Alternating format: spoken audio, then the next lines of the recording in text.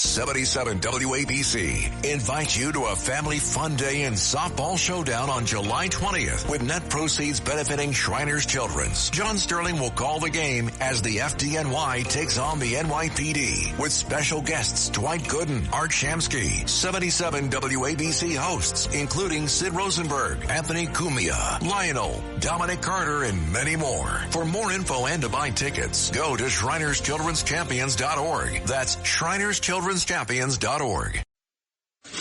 This is Another Side of Midnight with TJ McCormack. Now to the Bernard McGurk studios of 77 WABC. Here's TJ McCormack. And we got a great show. We're going to talk about a bunch of stuff this here first hour. Second hour, we're going to talk to a guy who died.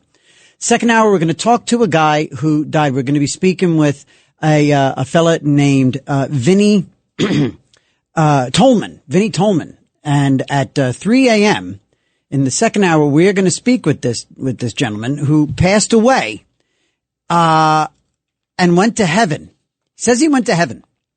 So that's going to be great. And then in the third hour, 4 o'clock, we're going to talk to Ellen Karras, one of the funniest women in the whole wide world, and a really, really funny, great take on New York City. She is quintessential New Yorker and just full of it, and she's amazing. 1-800-848-9222. So this guy we're going to be talking to, we can save a lot of that conversation for then, but he says that he died. I spoke to him very briefly today. Do you believe that this is possible? Do you believe? I mean, he's going to be happy to take your calls. And so that'll be a part of it when we talk at after 3 a.m.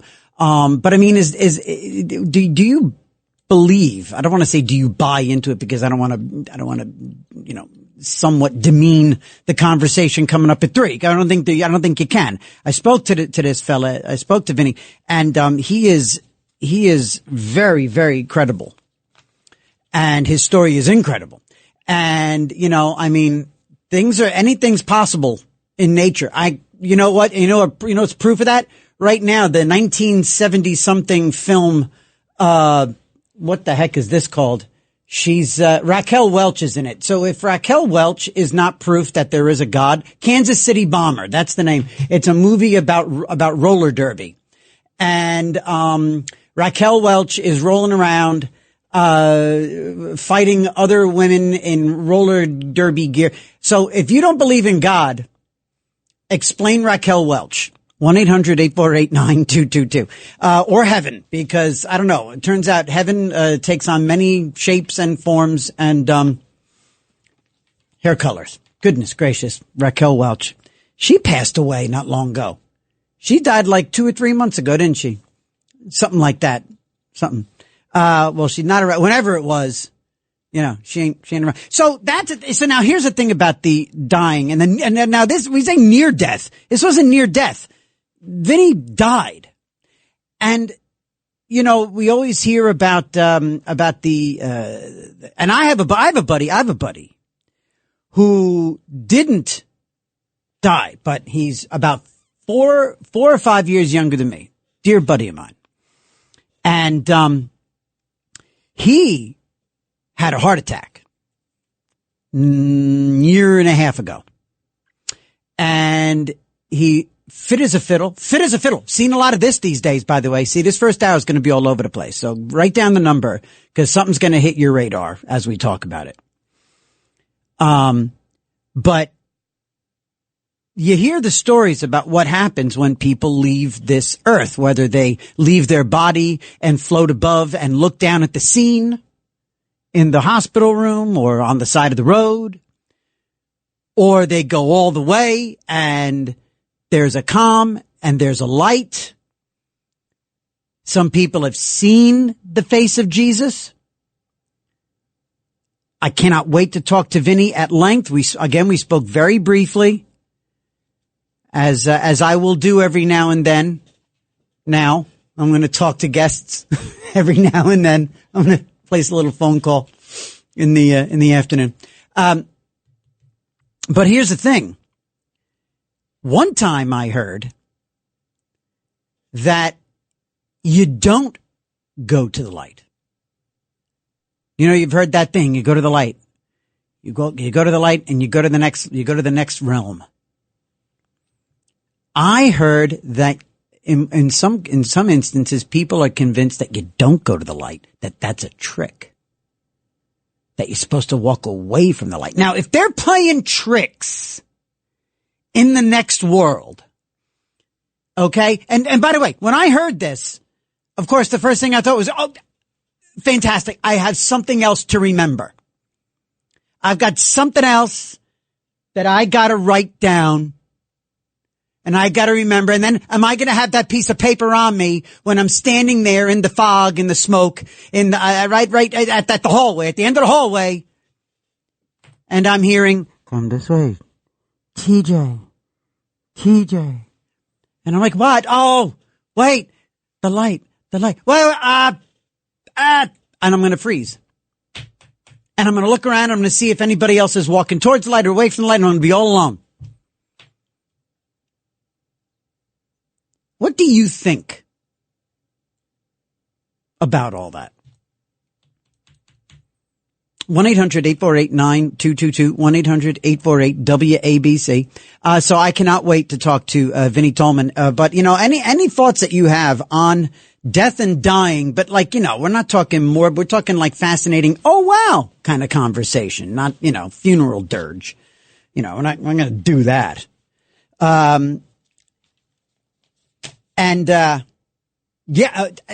Just, you know, it's a conversation that every once in a while you gotta have you, and you know, and it's funny, you know, I know my wife, I know she said that she and her brother had the talk with the in-laws. I don't know if she's listening. She's in England right now with them. I don't want to say anything too loud.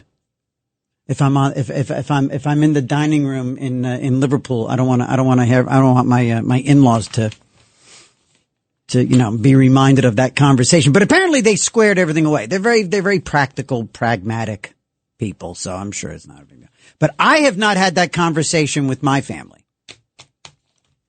I haven't had that conversation with my parents. So I don't know. It's talk about putting it off.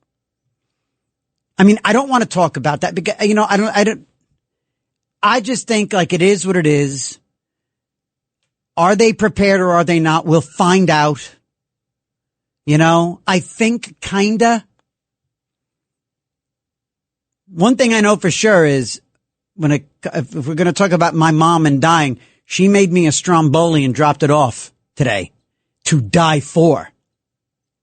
My mom can cook.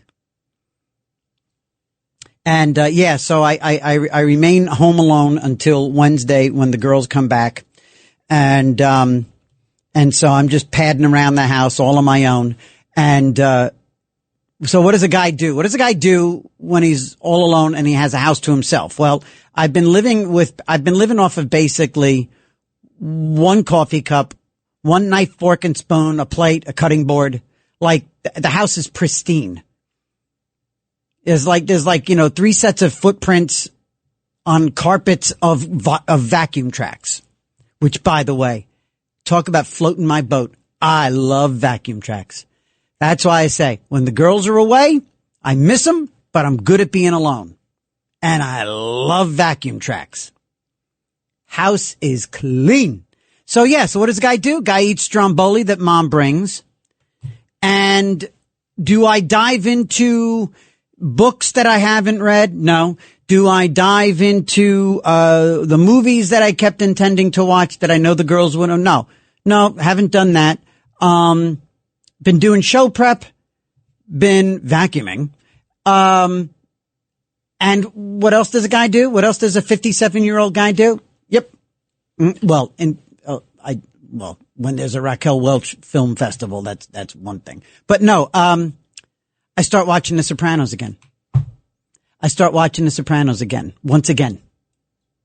And that is the greatest television show in the history of television shows. And I'll fight you like a dude wearing a bikini at my neighborhood pool. How about that? That was a good conversation last night. 1-800-848-9222, 1-800-848-WABC. If you can name a show that's better than The Sopranos, it just doesn't exist. But if you want to tell me what you think beats The Sopranos, good luck.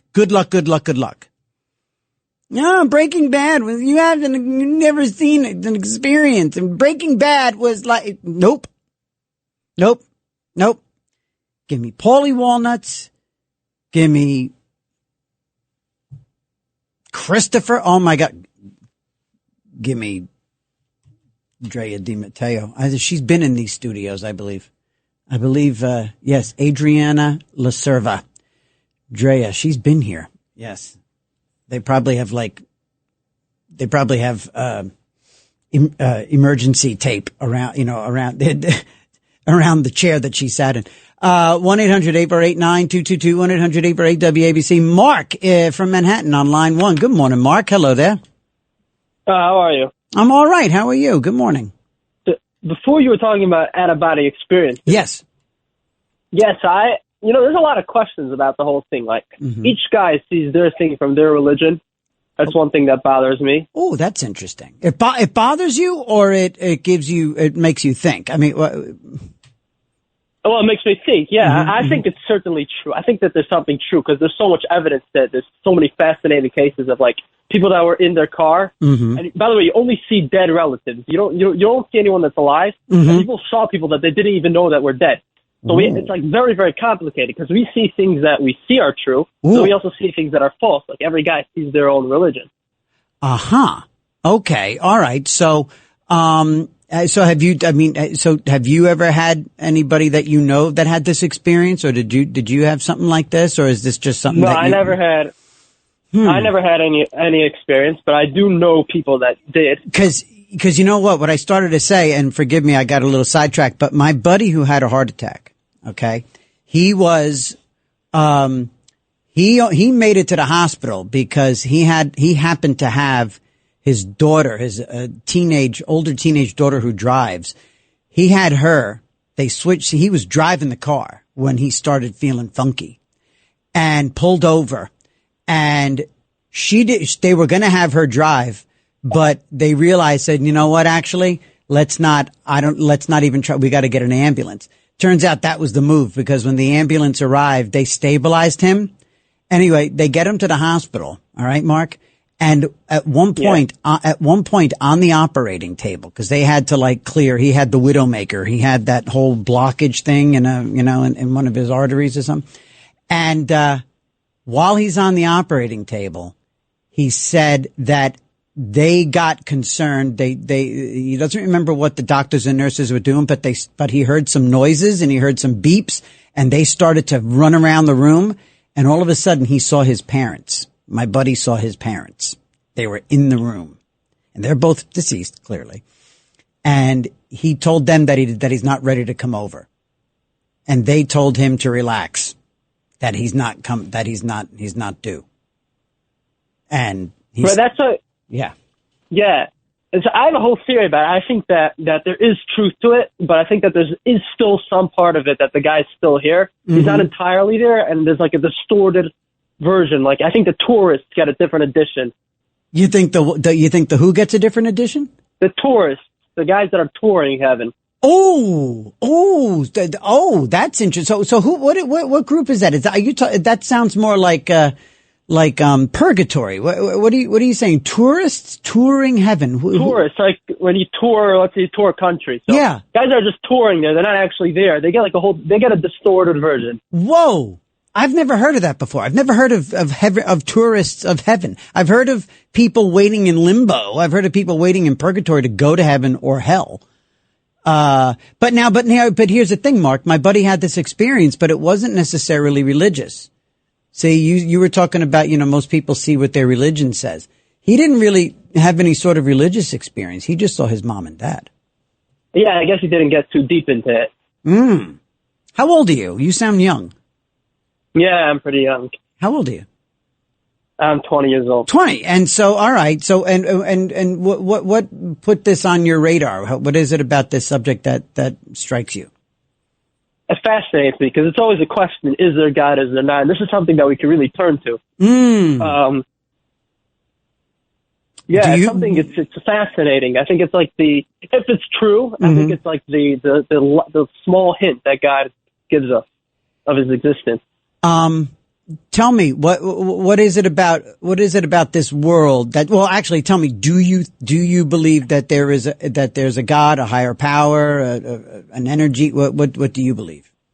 I do believe that there's a God. Yes. Okay. And, what do you think after, I guess, reading about this sort of thing and looking at it and stuff? What do you think happens after death? I think that you either go to heaven or hell. Huh.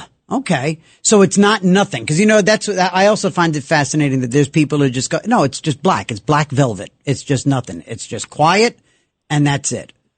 And I'm not sure what I want. I know I think too much about it from time to time. I'll go through phases. And by the way, gang, 1-800-848-9222, 1-800-848-WABC. Tell me what you think. Because there are times when I am totally at peace with the notion that one of these days I'm not going to be around. I'm okay with it. And then there's other days, Mark, where I can't sleep because I'm so freaked out about the fact that I'm going to die. And am I ready to die? How are my girls going to take it? Please, God, let me go before my wife. I have so many crowded thoughts in my head. I guess it's one extreme or the other. But do you just sort of take it and you're only 20. I've got 37 years on you. So, do you give it that kind of thought or are you just sort of at peace with it? I'm pretty much at peace with it. I think that as long as I'm doing what I have to do, I have nothing to fear. What do you have to do? What do you mean by that? I love that. I think I just have to be a good person. Yes. And make it to heaven. You know what, man? I swear to God, there are times when, you know what? That is very often the driving impetus behind me doing the right thing. Sometimes, like as something as simple, and I swear to God, as tacky as it sounds, something as simple as putting the shopping cart back. Okay. And I know that's not the entire be all end all of the moral justification of my existence. And, St. Peter is not going to be at the pearly gates and go, you put that cart back that day, so I get it. But even little things, I'll even in my head, it'll translate. I'll say, I'm just trying to get back into heaven. I'm just trying to make it to heaven. Yeah, in a way, I think that the small things actually reveal more about your character because the big things, it's like a whole thing that, whoa, look what I did. Yeah. The small thing is just like that natural self. Yeah. Yeah. Exactly. And it's the little thing. And it's the little things that if people did the little things and I'm not belittling this. I'm not being goofy talk show guy. I'm being genuine here. If people did the little things all the time, the world would be a better place. If everybody put the shopping cart back, if everybody held the door, think about how much better is that little transactional moment with somebody when somebody is just extraordinarily kind or helpful. You know what I mean? Yeah. How much better would the world be and I think most people do the good little things. But not enough people. We got to fix. Yeah, I know people that give millions of dollars to charity, but they won't pick up a hitch in areas where that's a normal thing to do. Yeah. See, now some good deeds, I just get freaked out and I'm no good. I'm no good. I'm not strong. I'm not going to pull over and help somebody change a tire. I do get, when I see somebody on the side of the road, I don't pull over, but I have gone above and beyond in other areas. I try to do, you are very deep for 20 years old. I got to say, Mark, and you express yourself really, really well. Do me a favor, stick around into the next hour and, I want you to listen to, Vinnie Tolman. Okay. I'll be really curious to, get your take on it. All right. All right. Thank you so much. Have a great day. Thank you. No, it's daytime. I have to keep training myself. 1-800-848-9222. We got Mike in Stamford. Mike, good morning. Welcome to Another Side of Midnight with TJ McCormick. Hey, it's nice to talk to you. I'm just curious. Yes. I can go off into a lot of different directions, and sometimes you call thinking about one thing, but I can ask your guest, people that either commit suicide or say assisted suicide, are they banished from the positive realm, the other side? I mean, does he ever? I know it's going to be his experience, but because most religions are the ones that I grew up with. Yeah. It's not, you can't do it, Mm-hmm. And as you get older, my situation, if I could talk about it a second, I was forced to retire from something that I didn't want to retire from, and I've noticed, I have some health issues. I'm much healthier than some people, and you just sometimes you wonder, it's not going to get that much better. And I amassed a small fortune for my wife, and I try to talk about this all the time. I said, listen, I'm not going to be here, and I try to give her all the passwords. I let her know everything that's, because if you die with a small fortune, whether it's 10,000 or 10 million, if you don't, and I know I'm getting off the suicide issue. No. If you don't. If you have to have beneficiaries for all of your policies or your bank accounts, because if you don't, the state's going to come in and they're going to try to take everything from you or your family, or people are going to fight, whether it's $10 or $10 million. And what you need to do is every single account that you have, and listen, folks, a bank account, insurance, stock market, you need to call them at least once a year, and let them know you're still alive. Because at the state you're living in, I live in Connecticut, if they think that your accounts are dormant, they're going to take your money from you. Notwithstanding the fact that everything that you have in the bank, every time you you sign a form to put money in the bank, that money's not yours. It's not yours. It becomes the property of the institution. Right. So where am I going with all this? I'm trying to set everything up, because I had the last 12 years were I made the most money, but it doesn't make you happy. And I get so angry for the way that I was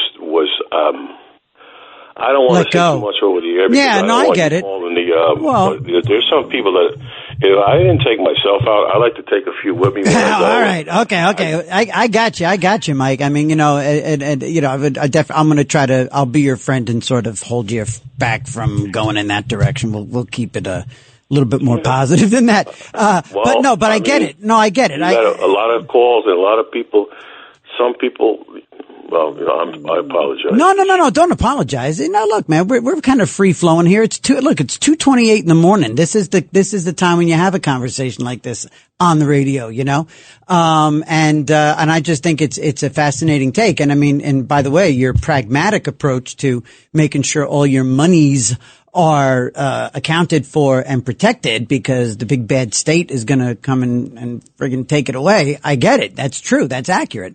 And that's why you have conversations like my wife did with her mom and dad, and et cetera, et cetera. But thank you, Mike, for calling. And I am going to ask Vinny, when we talk to Vinny, because what Vinny does now, and we're going to go to Brian and then Brian, what Vinny does now, as he will explain to you, is he is a soul coach, or like a mechanic for people's souls. And again, the guy is absolutely, completely crystal clear. You're going to get, this is going to be just fantastic. 3 a.m. This is definitely destination radio. You're going to want to, this is appointment radio coming up. Brian in Valley Stream, then Brian in LA. Brian in Valley Stream. Hello. Good morning. Welcome. Good morning. Thank you. I just heard a story. I don't know if I heard it on one of your shows or another show, but there was a story where I heard the truck driver was driving down the road, and a little girl was waving at him frantically as he came down the road, and he stopped the truck, and the girl said, there's a horrible crash a couple exits down the road. A bus fell off the embankment, and her soccer team, they're all down the road. The bus crashed, and the driver drove down, and he saw the crash, and he most of the people survived. But as he walked through the bus, the same girl that waved him down to tell him about the accident was lying dead next to the driver in the front of the bus. I believe it. I believe every damn syllable of your story. Go on. But you heard somebody else tell this. Okay, go ahead. I think I heard it on another show. I don't know if it was. It wasn't me. It might have been another on. Probably yes. It could have been one of the on the weeknights, week morning. And I don't know what I believe in anymore, but it hit me. It touched me so much. It makes me wonder, and it makes me feel there is something beyond all this. Dude, let me tell you, man. When I heard that, I gotta tell you, there is so much else going on out there. Like, I am convinced, I don't know if you were listening yesterday morning, but on Saturdays, we talk about recovery, we talk about, drugs and alcohol and sobriety and all that stuff. And, I'm sober. And I've told the story once or twice and haven't really gotten into too much detail, but there was a night that I'm convinced I was supposed to die in my own bed. And there was a bit of a moment where, of all people, my wife, there was something in the room. And anybody listening, you want to call up and say, you're out of your mind. You are a classic drunk and God knows how drunk you were. I don't know. But there was a presence in the room. I drank well into a blackout, fell out of a chair, and broke a glass and all this stuff. Anyway, made it into bed, and there was a presence in the room, and my wife shouted at it and told it, go away, not now, cursed at it. And the thing went away, and I woke up in the morning. I'm convinced that was something coming to take me to the other side. I think I was supposed to die that night. How many times is my wife going to save my life? And I owe her. But we're going to talk about all this stuff with Vinny, in the next hour. So stick around, Brian, okay? And Brian in Los Angeles, you hang on, cause we're going to take a quick break. It's like just a couple seconds, got to jump, take a quick break, 2:30 in the morning, and we'll come back to you in Los Angeles. And that is coming up in just a second. This is Another Side of Midnight with TJ McCormick, and we're talking about death and dying and, oh my God, the misery. But not, because look, I think you keep going. We'll talk about it. Anyway, 1-800-848-9222. Do you buy this? 1-800-848-WABC. I was afraid of dying this morning. This afternoon, I didn't really care. Now I'm kind of on the fence, and I think I'm scared of it again. Okay, we'll see if I'm still scared of it when we come back. Be right back. WABC, 77 WABC. It's Another Side of Midnight, 77 WABC.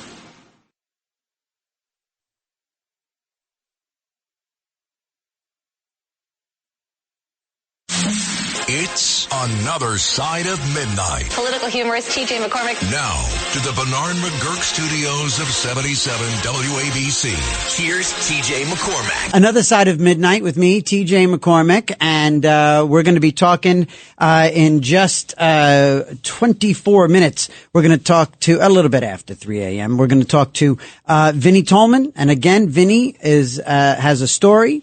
The young man, he was quite a young man. He was in his early 20s, I believe, when he had an incident and he died. He passed away exactly. After he died. It was over, like done. And not like near death. All the way through death for about 40 minutes. He says he went to heaven. And I already have one question for him from one of our listeners, and that is, wondering if people who take their own life, whether it's medically assisted suicide or by their own hand, if they get into heaven or if they have an issue with their soul or their karma or whatever. And I know those are probably two divergent subjects, karma and soul. But anyway, 1-800-848-9222, 1-800-848-WABC. Not sure if where you stand on all that, but again, in having spoken to Vinny, it really is. He's a very solid character. He really is. So I'm very much looking forward to that conversation. And then, like I said, after Vinny, it's going to be Ellen Karras in the 4 o'clock hour. We're going to have some laughs and a whole lot of energy to bring us down the stretch to 5 a.m. And this is Another Side of Midnight. You can find us on 77 WABC app and WABCradio.com all around the world. And let's see. So I guess I'm there, and I guess I do. Like I said, there are things that okay. If I really had to land one way or the other, I do believe we go to heaven. I do believe we go to heaven, and I do believe that you have to be a good person. And like we were saying with, was his name Mark? Was that our kid? The first guy, the young fella, the 20-year-old? Yeah, it was Mark. When we were talking to Mark, we were saying how, like, boy, the world would be a better place if everybody just did that little thing, that little extra thing. Like I said, eventually you do the right thing, even if it's just to get you into heaven. If you just go around doing unto others, that those little things, absolutely. And I mean, this sort of conversation is just riddled with cliches, but it does make a difference. And there are so many times that I have been selfish and lazy and didn't do the right thing. I've been selfish and lazy and didn't watch my mouth and just said what I was thinking. You know what my wife says? I love this. Anytime she's like, anytime you have to have a hard conversation, and anytime I've had to have sort of a come to Jesus with somebody or something, she always says, I love this. And this is the kind of simple instruction that I need. There is a reason God put me with my wife. I think we're still trying to figure out why God put her with me. But I know he put me with her. Because I need this simple, I need a kindergarten teacher to be my wife. Because I'm such an idiot at times. And I'm such a baby. But anyway, she's got this wonderful phrase. She says, look, say what you mean what you say, and don't be mean when you say it. I'm 3 years from 60, and I need that sort of simple instruction as I walk out the door to have a difficult conversation with somebody. Bill in Bay Ridge, line 1. Good morning, Bill. Welcome to Another Side of Midnight. Hey, good morning. How you doing? I'm all right. I'm okay. I'm talking about death. How good can I be? Yes, there you go. But listen, your wife saved your life that night. You don't know how you were almost gone, and there was a reason why you saw what you seen. When you drink and drugs, you open up a door to the demonic, and alcohol is the name of a demon, and it was coming for you. Yeah. So you were very close of going, and your wife is a strong lady. Yeah. She saved you. I really do believe that, Bill. I really do believe that. I'm telling you, I had just put on the radio. I'm listening about 5-10 minutes of the conversation. When you said that, it hit me. I said, I got to hopefully get through to this man and tell him he don't know how fortunate he is to be here right now, and God bless your wife, because drinking drugs is from the demonic. It's a step into that. It's a window. It exactly was what it is. It's a window. I've got an interview, Bill. Yes. I've got an interview that it's all ready to go, and I'm going to play it for everybody. Maybe we'll get to it next week.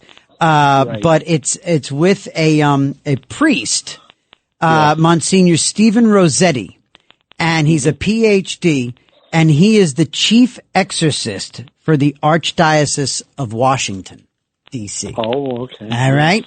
And in that conversation, He talks about it's about letting your guard down. It's about opening a window. And it is about having a fracture, a crack. Yes, a crack in your foundation, in your armor. That's all it takes. All it takes. And the devil, that's why they call alcoholism the devil's disease, because it's always sitting there. Just like the devil, it's sitting on your shoulder. Yeah. And that's where the name comes from. It's a demonic name. And you know, Bill, I tell you what, I'm glad you called. It's way cool that you called. Thank you. I'm glad that you did. But here's the thing, and this is a subject for an entirely different show, but there's a lot of debate out there about these presences, these entities that show up when it's time for somebody to go. And that entity that my wife shouted at and fought off on my behalf, that, and I've had other experiences on my own, in my own bedroom, in perfect health, in recent months, within the last year, where I'm quite sure one was back again. But they call it, and guys, girls, everybody listening, we're not like suddenly some kind of wackadoodle thing. This is a legitimate conversation. Have you ever heard the phrase shadow people, Bill? About them. Well, I know all about. You know all about it. That is what I've had this conversation with other people. I've listened to radio shows over the years, and there's some great shows and great stuff and great experts out there. And there's a guy named Albert Taylor who I am hounding. I am literally, I'm shadowing this guy like a shadow person, trying to get him on the show. But shadow people, I believe, and they literally are in the shadows. They're like an angular kind of figure. Have you ever had an experience with this, or have you just been aware of it? I am aware of it, and I had one experience growing up, with, in my sleep, where it came to me and scared the hell out of me. See, I grew up in, Catholic, Roman Catholic. Sure. I went to Catholic school, everything. Sure. And, one night in your sleep, that's when you're the most vulnerable. Yes. It came to me. Yes. And it was a form of a nun where I went to school, taken from the schoolyard, going across the street in between the convent and the rectory, and this thing started to transform into something evil. And God came. You cannot see his face. He said, "You leave him alone. He's one of mine." Whoa! And boom, it disappeared. Scared the hell out of me, and I woke up. Bill, when this happened a few months ago in my new life, my new sober life. I mean, I've been sober for quite a long time now, but thank you. But when this happened, I couldn't breathe in my sleep. I couldn't breathe, and I felt like this thing was sitting on my chest. And it was standing right next to my bed. My wife was on the other side of me, and I punched into the air. And look, it could have been a bad dream. Yeah. I'm not going to discount it. I'm also not going to run away from what I believe happened. No, it happened. But there's a whole other thing out there. It's not this simple. Just looking around the room here, it's not this simple, right? No, it's not. We're fighting a demonic force that's out there that people don't realize. What do you think what's going on in the world today? We're in a spiritual battle, and people think it's funny. Right. But we are, Yeah. And like I said, these things will come in the nighttime when you're vulnerable, and if you have that crack in your armor, that's how it works its way in. I agree. And now you're on the right path. You're healing yourself. You're doing well. Stay on it. Yeah. Like I said, human nature is not to want discomfort, but this path that travel down doing alcohol, drugs, or whatever, it will ruin you, and then you're done. And your wife, like I said, God bless her, she saved you, man. Indeed. Yep. She gave you a second chance of life, brother. Indeed. Bill, awesome that you called. Thank you, my friend. It was a pleasure. Like I said, it was a reason. I put the radio on, I'm listening, and when I hit, and that's I said, this man saw a shadow. Yep. This man saw a shadow. I was like, glad I was able to get through to you. Awesome. And I wish you well. And you too. Great show. Thank you, buddy. Thank you so much. Of course. Thank you. Have a good one. You too. Have a great Sunday. God bless. 247. Bill, you stay right there. Pete, you stay right there in Staten Island. Don't move. 247. We're going to take a quick break. When we come back, we'll talk to Pete. Anybody else hearing this stuff? Is it wackadoodle? Do you believe it? Do you buy it? Do you buy some of it? Does any of it make sense? Any of it sound familiar, but you still think it's wackadoodle? Has anything like this happened to you at all? And we're going to talk to the real deal. Going to talk to Vinnie Tolman in the 3:00 hour. It's going to be fascinating. I promise you. 1-800-848-9222. 1-800-848-WABC. It's Another Side of Midnight with TJ McCormick here on 77 WABC. We'll be right back. It's Another Side of Midnight. Political humorist TJ McCormick. Now to the Bernard McGurk studios of 77 WABC. Here's TJ McCormick. If she told me to drink Drano, well, you know I would now. Just because she is so gorgeous. All right, stop it. Okay, let's get over to Pete in Staten Island. Good morning, Pete. You're on Another Side of Midnight.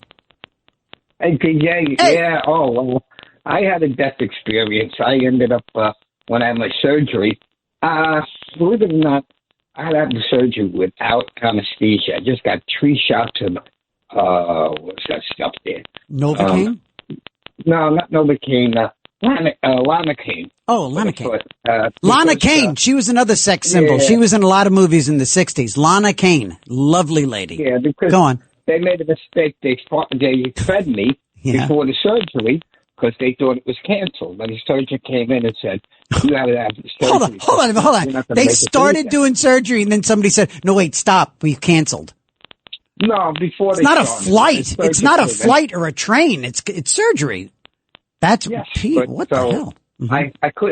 I ate something and I drank water, so the anesthesiologist didn't want to touch me. I got you. You know, so I had the surgery done, and while the surgery was going on, I coded. So they came in with those things on my chest, the shock and everything. Oh, the paddles. And, sure. The paddles, yeah. So when I came to clear, I saw fire, and I was like, I see fire, but I'm in fire, but I'm not burning. I'm like, what's going on? Wow. I see my father. My father died like 20 years. Wow, that's like my buddy. That's like my buddy who had a heart attack. He saw his mom and dad in the operating room. Yeah, my father said, you got to go back. Boom. That's what my buddy's dad told him. See, I don't get. Right. You know what the problem is for me? I love my dad. If he was sitting right here, he's alive. I love my father very, very much, but we have an odd relationship. And he knows that he gets on my nerves like really quickly. I say that with respect. I know that doesn't sound respectful, but he does, and he knows it. He knows he's annoying. It's kind of like a Felix and Oscar thing. It's like an Odd Couple thing. My dad is Felix, okay? And he gets on my nerves very, very quickly. And I'm not saying anything he wouldn't know. But anyway, my point is this. If my dad was the one telling me, it would be just my luck that I'd be on the bubble of dying or not dying. And they sent my dad to tell me, hey, don't come over. You're not dying. It would be my luck that it would be my dad, because I'd be telling my dad in the netherworld, shut up. I'd be the one telling my dad, no, get out of here. Go away. I don't want to talk. Not now. Not now. I'm waiting for a sign. And my dad would be the one with the sign, with the message, and I wouldn't hear it because they sent him to deliver it. And all he would do is get on my nerves by showing up. That would be my luck. All right, I got to jump, Pete. I got to get over to David in Pennsylvania and then Gene in New Jersey. David, good morning. Welcome to Another Side of Midnight. Hi, Lionel, TJ. Yeah, TJ. I just sound like him. I want to talk about Thomas Jefferson High School after I tell you I feel the same way about Taylor Swift as you do Raquel Welch. If Taylor would just have lunch with me or get something to eat. You know what? At least my fantasy woman is, well, not just older than me, but she's dead. Taylor's a little young to be, I would tap the brakes on the maybe, what about Courtney Cox? She's like 50 odd. Don't know her. Don't know her? Okay. I was going to say, Taylor, shake it off. Shake it off. David, do me a favor. Let me jump. I got to get to Gene. Gene in New Jersey. Gene, good morning. Welcome to Another Side of Midnight. Hey you. Hey, you. Hey, you, Gene. Hey, yes. I had the same experience with a feeling of presence. Oh, really? With a shadow presence? Oh, I didn't see anything. I just felt it. It was so sick. Really? Now, I was only 17 at the time. Okay. And I felt that it was death sitting there waiting for somebody in my house. Ooh, where, I believe you completely. Let me just say that right off the bat. Where in your house? Where in your house? In the living room, sitting in the living room on a chair, a certain chair. Oh my God. I believe you. And I had to pass through that room to get to my bedroom. And you felt a presence. I could not go through. I was so afraid. So I spent practically the whole night in the bathroom. Really? And I was reading a book that my uncle gave me. And the name of it was 1001 Inspirational Things or Things. And all I could read about was about death being just like a garden, door in a garden wall. So let me ask you this, Jean. Have you ever had anything similar to that? Because I've read and heard and seen stories where people who experience, like myself, I've had multiple experiences with these shadow beings, these presences, these dark. Oh, but I just want to say yes, that ma'am. presence that was there was there, and I spent but by the time I got to my bedroom, after I couldn't stand being in the bathroom all night long, I finally got in there. And I didn't come out all day long. I was just so afraid to go through that room again. And I heard a thud. Wow. My door. Jeez, Jean. Oh my God. And my mother had passed out with a stroke. She had Jean, thank you for calling. Listen, I got to go because it's the top of the hour, but I want to ask you to stick around because when we come, not on the phone, but I mean, stay with the show because when we talk to Vinnie Tolman, I think you're going to find this really fascinating. Everybody, this is Another Side of Midnight with TJ McCormick. As I've been saying, after the top of the hour, we'll come back, we'll have a quick chat, and then we will speak with Vinnie Tolman from Las Vegas. He died about 20 years ago, give or take. And he was dead for a good 40 minutes, and he went to heaven. This is something you want to definitely stick around for.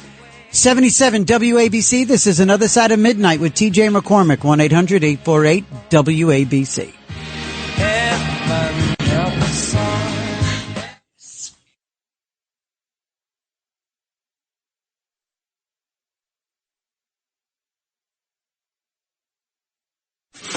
This is Another Side of Midnight with TJ McCormack. Now to the Bernard McGurk studios of 77 WABC. Here's TJ McCormack. It's 3:06 and this is Another Side of Midnight with TJ McCormack on 77 WABC. And the number is 1-800-848-9222. 1-800-848-9222.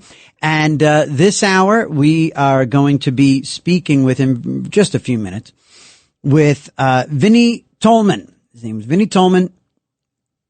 And in 2003, 22 years ago, he passed away. And he went to heaven. And we're going to talk about that because he was brought back clearly. And this is just fascinating stuff. And that first hour, man, I did not anticipate going down this entire rabbit hole for that entire hour. But, I'm glad we did because talk about setting the table. Vinny, is absolutely welcoming your calls. At 1-800-848-WABC when the time comes. We will, open it up and welcome, your questions, your concerns, your, whatever it is that you want to talk about it, because also he's moved on to a very interesting career now. And I'll let him explain. He'll explain it much better than myself, but he basically helps people get not just their lives in order, but their spiritual lives in order. And, So really interesting. I still have more than a few questions. I chatted with him this afternoon. Anyway, so this hour we're going to be doing this with Vinny, and it looks like we got him on line. Great, okay. And so we're going to talk to Vinny Tolman, and then in the 4 o'clock hour we have fun.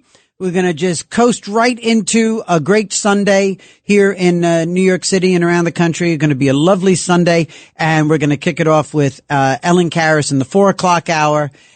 Great comedian, one of the funniest women around, and we're going to roll it right to Liz Radabali for the 5 a.m. newscast. And so no better time than the present to bring Vinny Tolman on, Another Side of Midnight.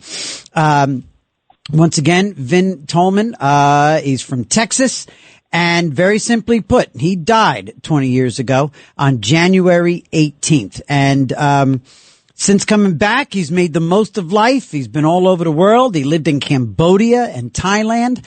Just based on the humidity alone in either place, I could not have done that. He's been everywhere and done everything. He's worked in the motion picture and the television industry since. He spends his time meditating, and as he puts it, his greatest priorities are his relationship with his creator, with his family, and with the people that he meets. He's in Vegas and talking to us right now from Las Vegas in Nevada. And here he is, Vinny Tolman. Welcome to Another Side of Midnight, Vin. Thank you so much, TJ. It's my pleasure to be here, brother. Thank you. Thank you very much. And I'm really grateful for the time and for this fascinating conversation that we're going to have. So listen, man, I know we spoke this afternoon, and at one point I said, you know what? I said, let's stop, because I want to save it for the air. I want to keep it an organic, true, searching conversation. And so let's roll with it. And let me just ask you, what happened 20 years ago on January 18th? 22 years ago, in 2003. What happened on January 18th to you, buddy? So, a buddy of mine and we were into amateur bodybuilding, and we ordered a supplement that was just really popular everywhere at every store. So we ordered some online because it was sold out everywhere. And when it finally came, it came from Thailand. And we both took our normal dose, which was a liquid bottle cap of this liquid supplement. But what we didn't know is if we could read the Thai script on the bottle, it would have said that was 20 times too much. We were supposed to take a single drop of this liquid and not a full bottle cap. But the American stuff, you would take a full bottle cap. So, it was a treacherous mistake. We both felt instantly that we were ill. And, being 25 years old and thinking that you're invincible, sure, we decided rather than call emergency services, we would go down to a Dairy Queen and eat and get some food. Yeah, get something in your system. By all means, let's get a burger and some ice cream. Yeah. That's what 25-year-olds think. Okay, go ahead. Yeah, exactly. So we did that. We went down. We barely pulled into the Dairy Queen. My buddy who was driving had almost lost consciousness as we were parking the car. I stumbled in. I went directly into the bathroom right as you enter the door. Mm-hmm. And then my buddy went in and he collapsed on the dining booth and he began to vomit. So they were able to get emergency services called and pick him up right away. Within minutes of him being found there, they got him in an ambulance and he ended up being just fine. But meanwhile, I'm behind a locked door in a single-use bathroom, and I had lost my balance and collapsed on the floor. And while I was laying there unconscious, I started to vomit. And so I, too, with that vomiting, I aspirated. And that aspiration is what ended up killing me. It was a good 45 minutes later when a customer in the restaurant made the manager open the bathroom, because it had been almost an hour that door had been locked.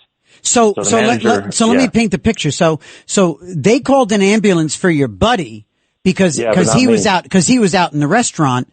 So in other words, people didn't really take notice of the fact that, and if anything was going to make people forget that, wow, didn't somebody walk into the bathroom? Is somebody almost dying in the restaurant?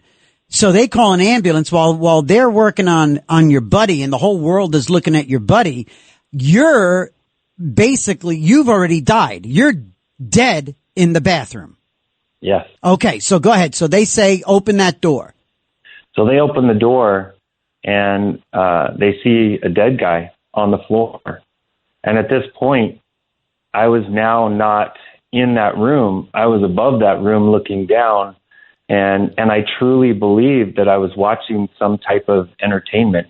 I didn't think it was me because me was up above this whole scene looking down. And the body that I was looking at, it didn't look like me anymore. So there was no connection there. And it's the oddest thing. It's like pulling up to a car next to you. Well, for you New Yorkers, you might not get this analogy, but it's like pulling up to a car next to you and it looks like your car.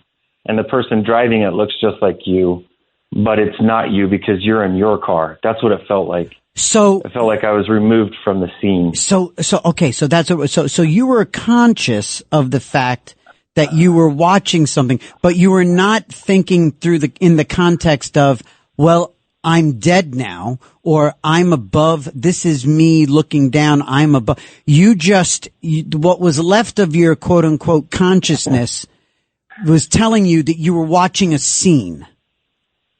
Well, back then, a year or so before that, I worked for a company called Caroline Productions, and we produced a major TV show.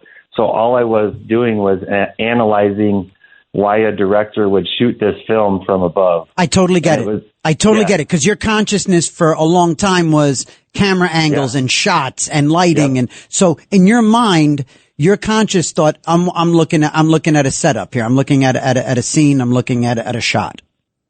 And I was just trying to understand, empathy-wise, why would this director choose to do that, Wow. And as I'm watching all this happen, I did notice that my buddy, I watched him go away in an ambulance.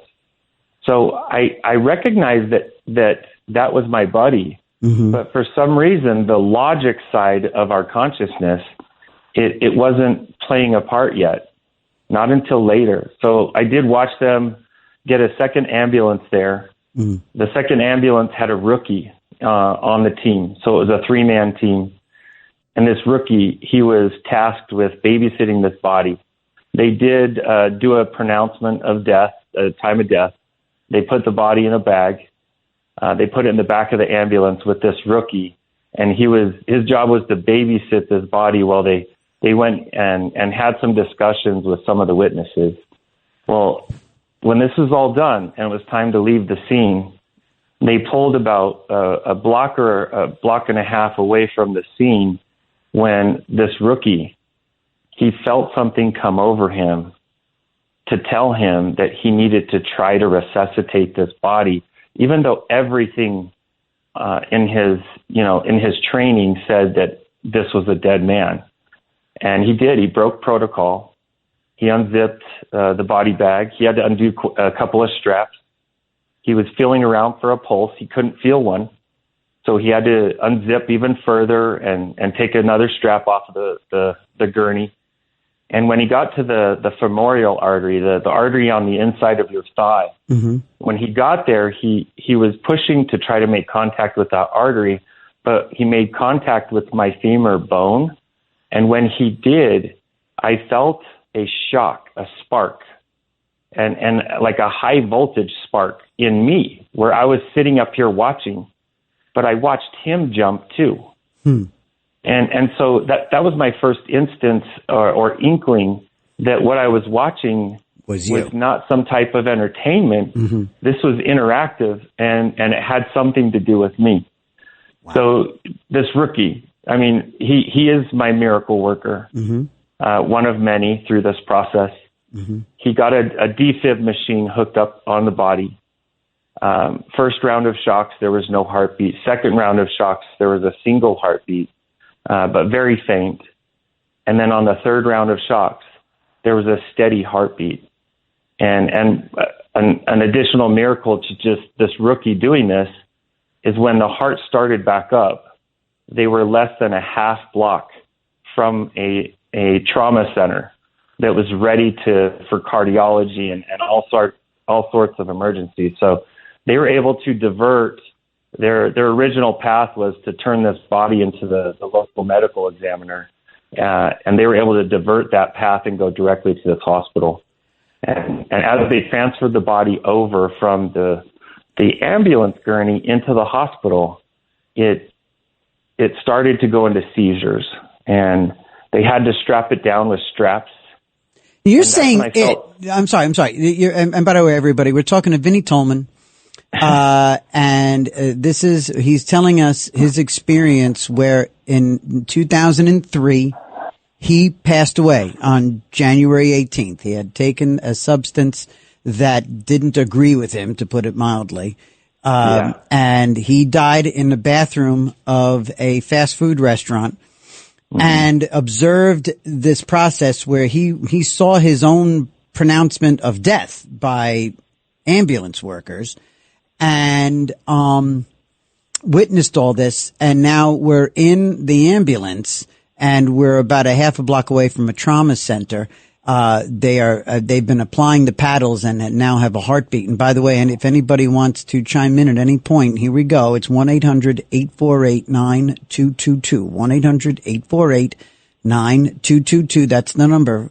This is Another Side of Midnight with TJ McCormick on 77 WABC. Vin, so let me ask you this now, after that little reset there. So when that shock happened, when he touched your femur, and then now as we're getting these paddles, at what point do you go from observer to being back in the context of the moment? At what point do you go from watching to being in it and knowing it? And if we're not there yet, then we're not there yet. But we're there. Okay.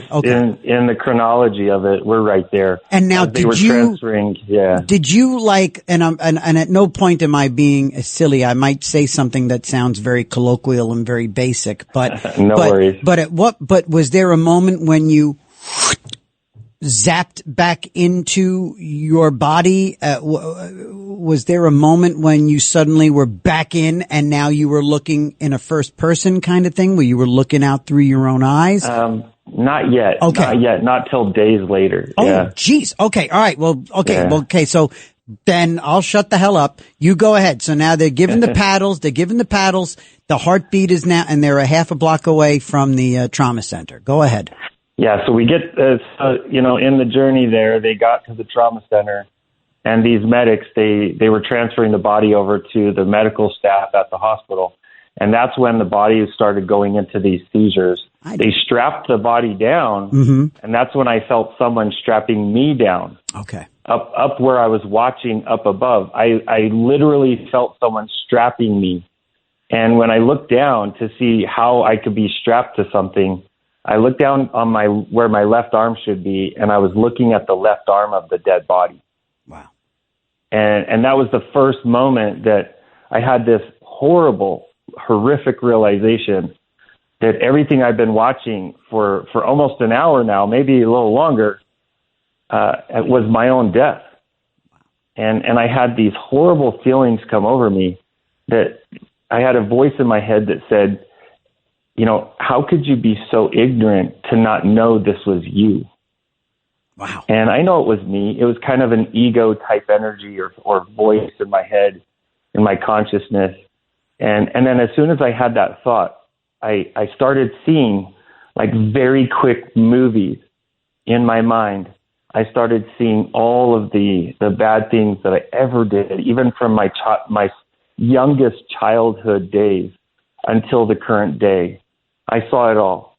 I felt it all. I even felt it from the perspective of those who were receiving any bad behavior from me. So this is the quintessential, your life flashes before your eyes. Yes, absolutely. And in a weird process, you recognize each moment, but yet they're going so fast. It seems like they're all combined to be one moment. And I finally get through all of that. And I again hear this ego voice in my consciousness that says, if this is all that I am, why am I me? And as that statement comes out of me, I feel this tremendous amount of love come over me. And I feel warming, even though I'm not in my body, I'm feeling warming coming over me, all over me. And then I start seeing all the good that I ever did in my life. Wow. All of it. So first you saw the bad stuff. And I'm sorry to interrupt. I'm sorry. I know you're on a roll. But first you saw, and I wonder what the purpose is here. I wonder what, I don't know if I want to digress into trying to figure it out until you're done with this narrative. But so the first thing that you are shown or conscious of or seeing is the bad things that you did. You're questioning yourself. You're looking at this reel, at this sizzle reel, to use the parlance of the industry. You're watching this highlight reel of the bad things you did. And sure enough, here comes that conscious. It's interesting. You use the term ego voice. Your guilty conscience that probably has like gnawed at you and ate at you your whole life is showing you this and making you feel bad. And just at this juncture in your second life and on the other side, just when you start to think, oh my God, I've blown it. I've blown a life. Now you're seeing all the good you've done and you're feeling the love. I wonder what love you were feeling. I wonder if you were feeling the love that you were receiving from other people when you did those good things. Or I wonder if that was, you were feeling a love for yourself, all of the above. But go ahead. So now you're watching. All of the above. All of the above for sure. I was feeling a tremendous sense of love, and it was coming from everywhere. But it was coming very, very strongly from behind me. So as soon as I got to the end of this positive life review, I felt a very strong decision inside my own consciousness that I was worth something because I did do so much good. But that was my human intelligence, my earthly intelligence. And as I turned around to see where this energy was coming from, I saw this man standing there, all dressed in white, long white beard, very pink skin, these eyes that felt like they could pierce your soul and give your heart a hug. Just this tremendous force of a man just standing there. And the only thing I could feel from him was just this serenity and this love and a love that I had never experienced on earth, ever, not even for a second. And as he was pouring that over me, and it was just coming through his look, his energy of facing me, I had this thought, oh, this is God. And as soon as I had that thought, it was the weirdest thing. It was as if I heard my own thought out loud, speaking to him. And then without him moving his mouth at all, he said, no, son, I'm not God. And he followed up a little bit later. He said, my name is Drake, and I'm here to be your guide. I'm here to help you go wherever you want to go. Whew. Wow. And that was a whopper for me. I didn't know quite how to deal with that. And I didn't know where I wanted to go, but yet I could still feel almost as if I was standing in a river of love, that this love was continual and constant. And it didn't matter if I was this bad kid or good kid, it was being poured upon me. And if it was going to be blocked, it was me blocking it. And were you thinking, and I'm sorry, and were you thinking as you were, because clearly there was a conscious part of all this because it's part of your memory. It's part of your human conscious memory. So you are here 23 years later talking about this. So were you at all thinking again in the context of, you said, are you God? And he said, I'm Drake. I'm not God. Were you thinking in terms of, I'm on the other side now? And when he said, I'm here to take you wherever you want to go, help you, basically he was your facilitator. Did you understand what choices you had in front of you? And was there a sense of time? was there a sense of tick tock, like, I mean, and not like you had a deadline or things were, but like, was there a sense of normalcy here? Like you were in like a time space continuum? Like, was there anything about this that was kind of normal? Well, from my perspective of how it was all happening, it felt like time itself was like a public swimming pool. And it felt like this process had allowed me to get out of it. Yeah. Okay. To leave it. Say that again and sort of rephrase it. Time was a public swimming pool. Oh, wait. And you were sort of in it with with other people. Well, that's another thing too, by the way. Was it just you? What was the surrounding? What was the backdrop here? Was it just dark? I'm sorry, you said it was light. So was that light against a backdrop of darkness, or was it? It was a foggy, it was like a foggy lightness. Okay. But I could see that if I had enough clarity on my vision, I could probably see through that and see the cosmos or see whatever would be there. But I could tell there was something there, but it was a bit foggy, but it was so bright, especially around this Drake guy. Mm-hmm. So he told me, he said, hey, I could take you wherever you want to go. Right. And I told him, I want to go wherever this river of love is coming from. That's where I want to go. Okay. And he said, well, that's coming from your home and my home.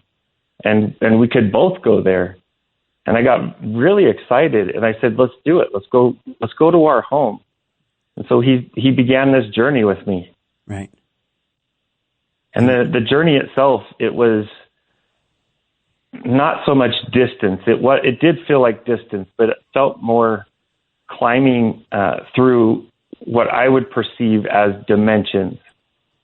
And each dimension had a specific principle and energy to it. And one of the first things he told me is I had to realize who I really was. Mm. He showed me that in my earth life, I had many different sides of myself. I had one mask I would put on for my TV show friends. Mm-hmm. I had one mask that I put on for my construction friends because I did a lot of construction. Mm-hmm. I had one mask I'd put on for my bodybuilder friends or my gym, the gym rat friends. Right. And I'd worked concerts and I'd done a lot of different stuff over the years. So I had all these different masks.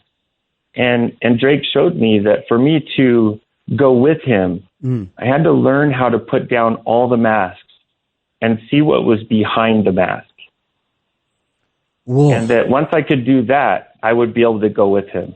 All right. It didn't take that long, but he did help me. I think we're about to now sort of make a turn here, or at least change direction or go a little further. So this is the perfect moment to take a break. We have just this quick bottom of the hour break.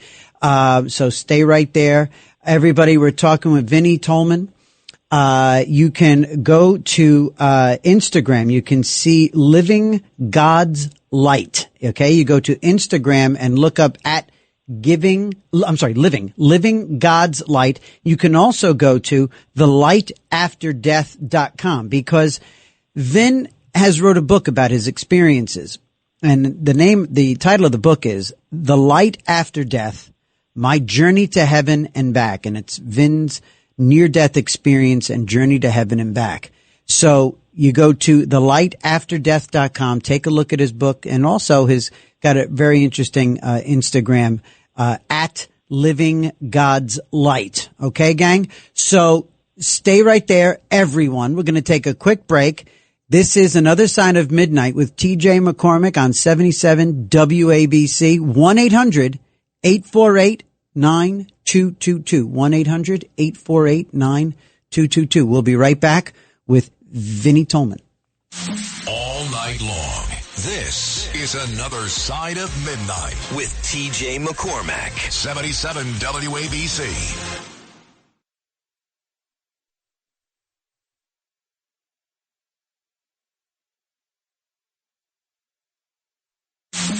It's It's Another Side of Midnight. Political humorist TJ McCormick. Now, to the Bernard McGurk studios of 77 WABC. Here's TJ McCormick. When everything comes together and just people make a better show, it means a lot. So this is Another Side of Midnight with TJ McCormick. We're here on 77 WABC, and we are speaking with Vinnie Tolman. You go to Instagram at Living God's Light and go to thelightafterdeath.com and learn more about Vinny's book, The Light After Death, My Journey to Heaven and Back. Vin, all right. So, let's pick up where we left off. We are, okay. So go ahead. Keep going, because I'm beside myself. I just dropped a video on Twitter begging people, if they're not doing anything, to tune in right now, because this is one of the most fascinating, profound conversations I've ever had in my life. So I believe that you are about to make your way towards your destination. Yes. So, my guide that was here Drake, he was there to take me from, the earthly life. Was Drake your angel? You're calling him your guide. Was he an angel, or was he an angel with a job? I didn't know. I didn't quite know what he was, but I'll give you a little insight on that. Okay. It wasn't but 6 months later, I was in a little town in Wyoming, and I saw him presented as part of the historical founders of the town. But his name was Charles, not Drake. And, but he had the same last name as my grandmother. So I went to my grandmother and asked her, who's this Charles Kazare? And she said, oh, you mean great grandpa Drake. He's kind of famous. Oh my God. And that was it. This was long after I was back and I was conscious and, right. and trying to pick up the pieces and live. Sure. And I saw that, and, it really was a nice confirmation that this was not some kind of delusion. Wow. All right. So you are on your way to your destination. You're going to your home, I think was how you referred to it, your collective home. Yeah. What we call on earth heaven or nirvana or whatever you want to call it. It's this place that all of our soul energies came from originally. And he was taking me there. He was taking me to this place. And along the way, he had a few more things he wanted me to understand and embrace. I didn't have to fully accept them. I just had to accept that it was possibly true. And one that really bothered me is he said, a big part of this place is you can't carry any prejudice with you. None. And I said, well, that's fine. I was raised in, I'm Caucasian. I probably sound like it. Yeah, you sound really white. Yeah, no, go ahead. Like saltine white. Yes. But I've got two sisters that are Korean and they're adopted. Oh, okay. And so I felt like, part of that biracial family environment that I was raised in, that there wasn't room for prejudice. I didn't feel I had any. It's also an odd thing that a term or a term like no prejudice, or an earthly, the idea that an earthly concept or burden or whatever of prejudice would even come up in this conversation as you enjoy. The fact that it would even be a thing is fascinating to hear. But in real time, as I'm processing what you're telling me, it's also telling me that prejudice is a real damn thing. Like like it's not something to just be dismissed. I mean, it really is a major thing that we all have to wrestle with. If it's something that you hear on the way to heaven, hey, look, when we get there, you can't be prejudiced. If that means that what we're wrestling with here on earth in our daily dismal lives, that's why it's such a beast to tame. To tackle. Yeah, it is. All right, go ahead. So he says you can't have any prejudice. Yeah, he says I can't have any prejudice, and I told him I don't have any. And he said, well, how do you feel about prejudiced people then? And that's when I told him, I go, well, they're horrible. I don't like prejudiced people. And he showed me that by me hating prejudiced people, I myself was prejudiced. Because You have to show compassion for people because a prejudice is a burden. It's a flaw. It's a judgment, and it's also this belief that you are in a position to judge someone else. Mm-hmm. And he helped me release that off of myself. And I did have to choose to let it go. Mm-hmm. And prejudice isn't something, if somebody could allow themselves to have enough self-love, they can get into that home, that heaven space. Yeah. But part of that authentic self-love is to not have prejudice, because believe it or not, for every ounce of prejudice that we have on the outside, we've got 10 ounces towards ourselves on the inside. And that's that whole process. Is prejudice is a two-way street, even when we think we don't have it. Wow. All right. Okay. So he gave you that little bit of advice. You guys keep, and now when we say moving on, as you travel, what is this travel like? What is it? I mean, are you in some way, is it like a journey? I mean, was there a sense that you were in fact moving towards something or away from something else? Yeah. I could feel like momentum of movement. Wow. Even though it didn't feel just distance, you could feel pressure change, you could feel energetic change, but you could also feel the space that we were existing in was getting brighter and brighter and brighter. And I already thought it was as bright as the sun when it began. Wow. But it was getting brighter and brighter along the way. So you knew you were getting somewhere. You knew you were making progress. Yes. Yeah. And was there any anticipation? Were you inside like a kid before Christmas, I think would be a way? I was. Okay. Completely. Okay. I was so excited to get there. And the weird thing is, it wasn't that I could remember heaven. Right. But there was a soul knowing that I missed it, that I ached and missed it somewhere inside my soul. Oh, that you had been there before. You had been to heaven before. Yeah, we all have. Right. We all have. Okay. Well, you say that with such a throwaway, matter of fact. Oh, we all have. We all have. Yeah. Yeah, okay. I'm friends with a whole bunch of us guys and girls who have died and come back. Is that what joy is? I'm going to interrupt you. Damn it. I'm going to interrupt you. Is that what joy is? When I look at my daughter, oh my God, I got a lump in my throat. Yeah. When I look at my daughters, Vinnie Tolman, on Another Side of Midnight with TJ McCormick, who has a lump in his throat, on 77 WABC. When I look at my daughters, 13 and 16-year-old, and I see my wife, and I kiss my wife, and I kiss her cheek, and her beautiful cheekbones are like right there, and I look in her eye.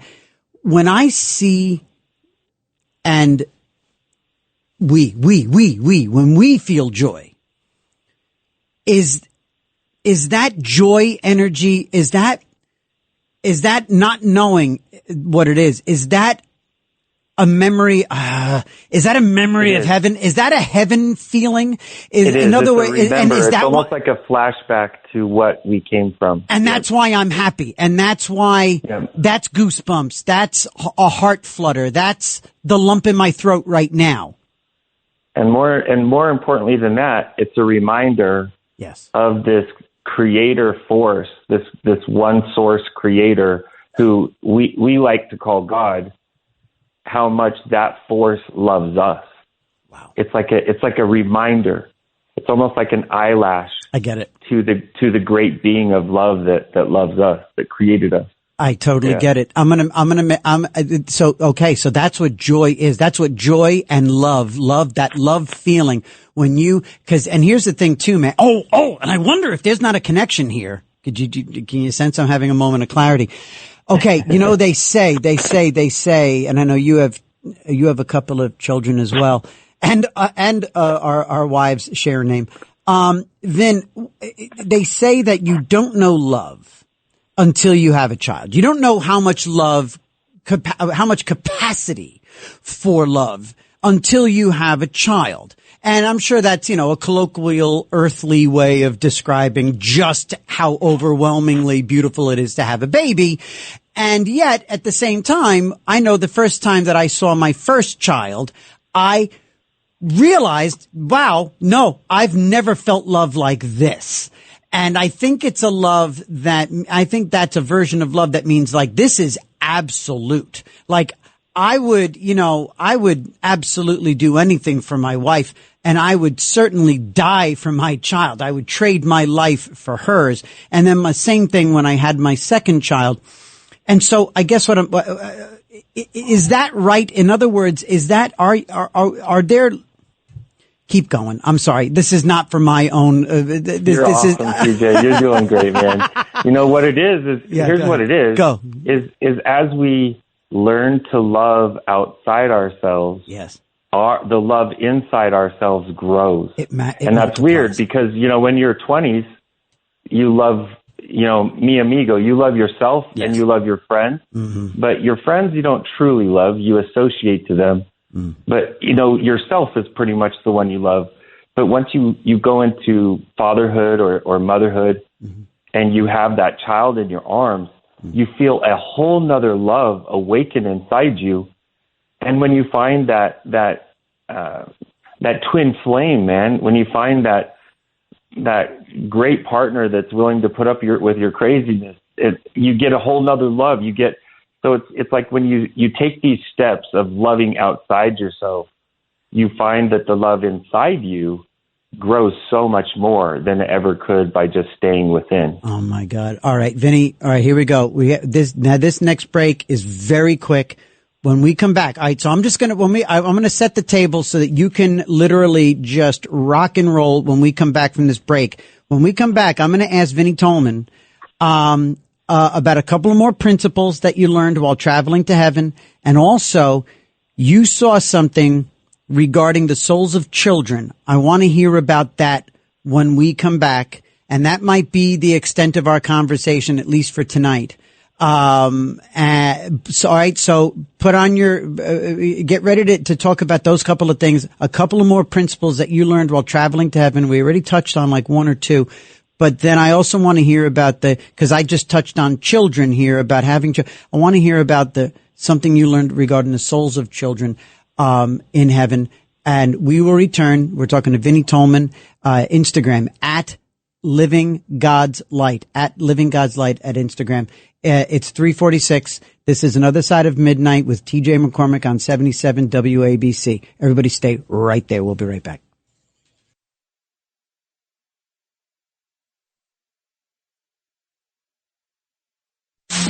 It's Another Side of Midnight. Political humorist TJ McCormick. Now, to the Bernard McGurk studios of 77 WABC. Here's TJ McCormick. Everybody, welcome back to Another Side of Midnight. Vinny Tolman is telling us about the journey of all journeys that he made 22 years ago. So keep going. Tell me about a couple of these principles, and you had a profound experience in heaven regarding children. Well, one of the big things that Drake, my guide, had to tell me is that there's purpose in evil on earth. That for us to have the choice of good, there has to be a choice of bad. And to remove one is to remove the whole option to choose. And so it's a protected thing here, but all the traumas, the worst, most horrible traumas that we can receive from bad behavior and criminal behavior here on earth, it gets washed away from us as we make our journey into our home space, into that heaven realm. And one of the last things he taught me is that we're all one, all of us, that we're all fingers on the Creator's hand, and that when we hurt each other, when we're killing each other, when we're blowing each other up, we're hurting ourselves. And if we keep doing it, we're going to end up, ruining some major chances for this earth. And he kept calling Earth school, by the way. He didn't see it as any kind of courtroom. He always was referring to it as this classroom space, this school that we come to explore what it's like to make choices. Because when we're right near our Creator in our home, the love is so strong there that anything that Source or God or Creator wants, that's what we want. And we can't distinguish our own choices and desires separate from our Creator because that force is so strong. So we choose to forget everything, come down here to Earth School, play around on the playground where we may skin our knee. We may have some damage done to us. But on the way back, we get the mending, we get the healing.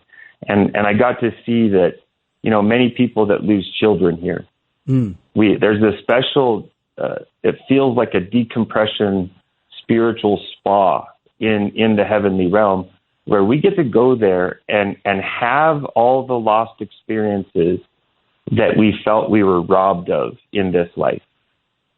And just knowing that, it can help us, release and move on and allow life to meet us in our daily lives and meet us in our faith and let us, step into the light. Because so many of us let our traumas become everything that we see. And it can be debilitating, myself included. In the past, I did that. We carry it with you. We carried these things with us as like intellectual, spiritual baggage. Yes. And in that process of going to our home, your helper, we're all going to have the helper that we're supposed to have. Mine was this Drake guy who turned out to be my great grandfather. And everyone's going to have their own helpers. Some of them will be even some religious figures. But in that process, those helpers are going to help clean you and clear you of the breaking, the damage that this earth school brings and allows. But it's part of the process so that we can have the pristine ability to choose, because choosing is where we grow the most. You know so much about yourself by your choices. You know even more about your friends by their choices. So, it's a big part of our growth here. And as I spent some time, a bit of time in this heavenly realm, I was brain dead for 3 days.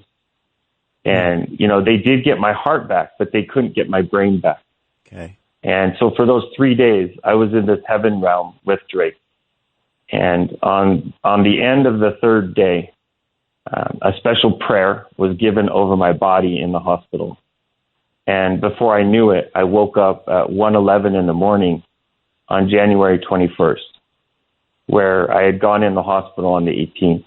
And so I had all these days of zero brain activity. Right. And when I woke up, I had neurologists telling me that this is a fluke, that I was going to go back unconscious and I was going to be a vegetable again. And, they even talked to my brother about palliative care and what that is, and, where you send someone who is on life support for the rest of their life. Right. So it was a very serious situation. And, even though I woke up, nobody wanted to let me out of the hospital. So I had to do 6 hours of tests before I could prove to them. I did every department that they could think of.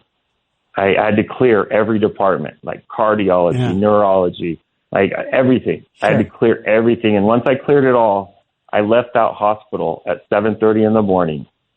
And I had this new journey to try to figure out why. Number one, why was I sent back? Right. That to me felt like a curse at the time. Have you found out why? Have you learned? I have. Why? And I see it every time I see my wife's face. I see it every time I see my kids. That's why. And also to remind all of us that that's where we came from. I've been so blessed to work with thousands of people, and in a one-to-one basis even. Yeah, what do you do? Now you mentioned when we spoke briefly today that you're kind of like a mechanic. Tell me, and give me like a 3-minute elevator pitch of where you are now. I know physically you're in Las Vegas, which needs a lot of soul mechanics. But but tell me, Vinnie Tolman, tell me what your life is like now. So I call myself a soul mechanic because that's kind of how Spirit has described me. And what I do is I help people do some of that cleaning up their soul while they're here. So it's not such a big process on the journey. And you'd be surprised, some of the littlest traumas that are on us as children. Right. They build our paradigm of how we receive the world on a daily basis. And we don't have to do that. You know, we can let our successes and embrace the love moments of our life and let those things propel us forward instead of our fears, instead of our lack of love, or heaven forbid, our traumas. And yeah, so that's what I do. I'm not a therapist. I'm nothing like that. I work as a life coach, but it functions as a soul mechanic. And we go in and we just fix stuff. And you basically, it's all based upon, I'm asking, is it based upon everything that you learned in that journey home? After I had my experience, I could hear and speak to spirit, and it really freaked me out. I sought, professional medical help, and only to find out that, these spirits I was talking to were legitimate and very real things, and not some kind of delusion. Right. And in that process, I've been trained to help people. And you've heard from, and you clearly have been in touch with other people that have had your experience, as you said, and you all share this. This is universal. What you experienced, it's universal. It happened to everybody else that you've met. What's neat is I'm part of an organization called the International Association of Near-Death Studies, or IANDS.org. So this IANDS organization, they study people that have died and come back. And then they also study, people that have had major spiritual experiences too. So, it's a very beautiful organization. We have I call it a dead people convention. We have it every year. Sure. And a bunch of people who have died and kind of got spat back out of heaven. Yeah. And we all have so many of the similar characteristics with each other's stories. But what's really the beautiful thing is when you see a brother or sister who has been through what you've been through, you found family.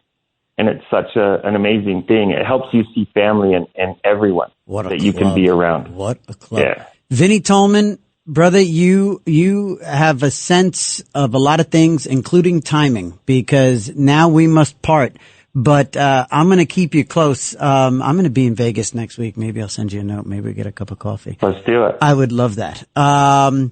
Dude, thank you so much for making this show amazing this morning.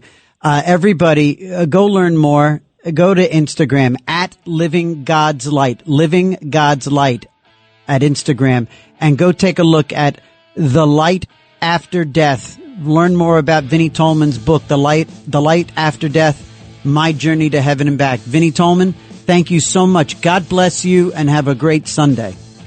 God bless you too. God bless you, TJ, and Andrea, and the kids. Yes, and to you. All right, we'll be in touch. Maybe I'll see you next week.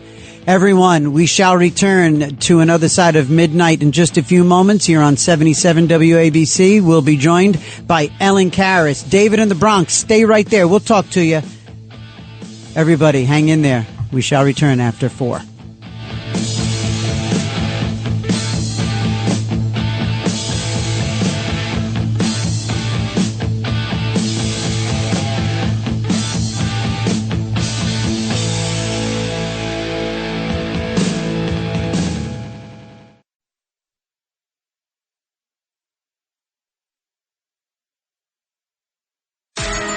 This is 77 WABC Newsroom Extra. The song I Want a Hippopotamus for Christmas became a holiday hit in 1953, and now the song and the woman who sang it have been honored with a statue at the Oklahoma City Zoo. I want a hippopotamus for Christmas. Only a hippopotamus will do. Gail Peavy, born and raised in OKC, sang the song when she was just 10 years old and says having a statue as a result is quite the honor. Honestly, never expected anything like this. I never dreamed that my legacy would be a hippopotamus. Oklahoma City Mayor David Holt praised Peavy for her contribution to the city's cultural history. Peavy has heard from a lot of fans over the years. People like the song, and it just goes on generation after generation. James Flippin for 77 WABC News. Richard Nixon. Well, I'm not a crook. Ronald Reagan. Tear down this wall. George W. Bush. I can hear you. and Donald Trump. Nobody knows the game better than I do. All of these presidents relied on one man to secure their seat in the Oval Office. That man is Roger Stone. Blowing the whistle on what's happening in America, blowing the whistle on what's happening around the world. And today, from 3 to 6 p.m., he's on 77 WABC. This is Another Side of Midnight with TJ McCormack. Now, to the Bernard McGurk studios of 77 WABC. Here's TJ McCormack. Another Side of Midnight with TJ McCormack. And wow, that was something else. Thank you so much for being here, everybody. Good morning, family, early morning, folks. On a beautiful Sunday. It's going to be a nice Sunday, I believe. It's the Lord's Day. And, at 4:06 here on Another Side of Midnight, 77 WABC. That was a fascinating conversation with, Vinnie Tolman. Wow. Do you buy it? Do you not buy it? I hate to, and I'm not cheapening, by the way. I'm just getting very simple with my ask. 1-800-848-9222. Actually, I regret putting it that way. I'm sorry. I'm a little too jumpy here. I just had a piece of dark chocolate and it's going right to my system. I don't mean to cheapen that conversation with do you buy it, do you not buy it? I'm sorry. I take that back. Forget I said that. If that's possible. Rather, how did that conversation strike you? Was any of it familiar? Was any of it just too much to believe? I think that's a much more palatable way of asking the same question. I regret putting it the first way.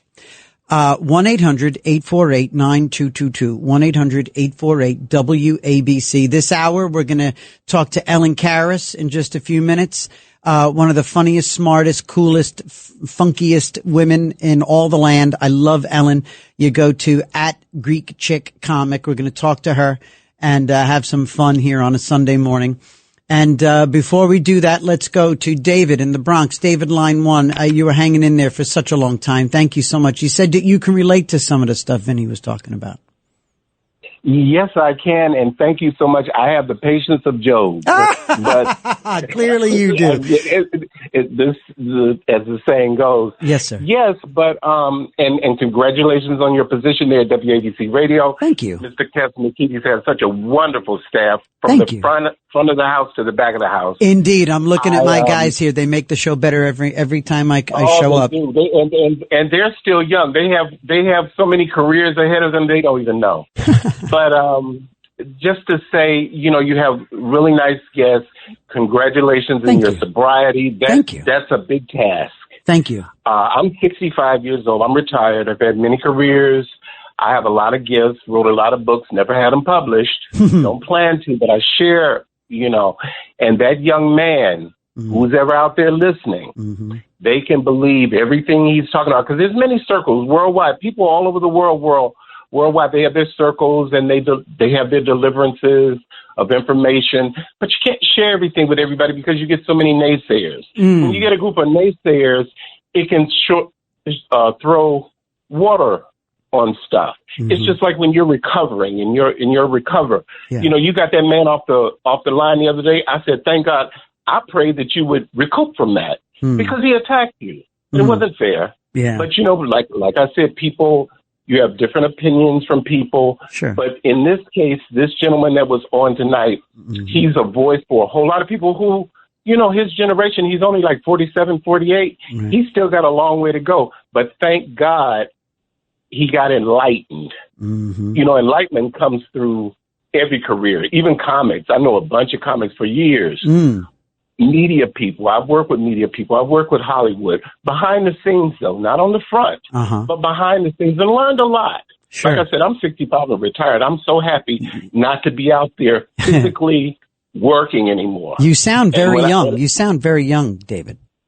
Listen, I always tell my family, my brothers and sisters, my parents were in their 40s when, when I was born, and they both are gone. I lost my father when I was 11.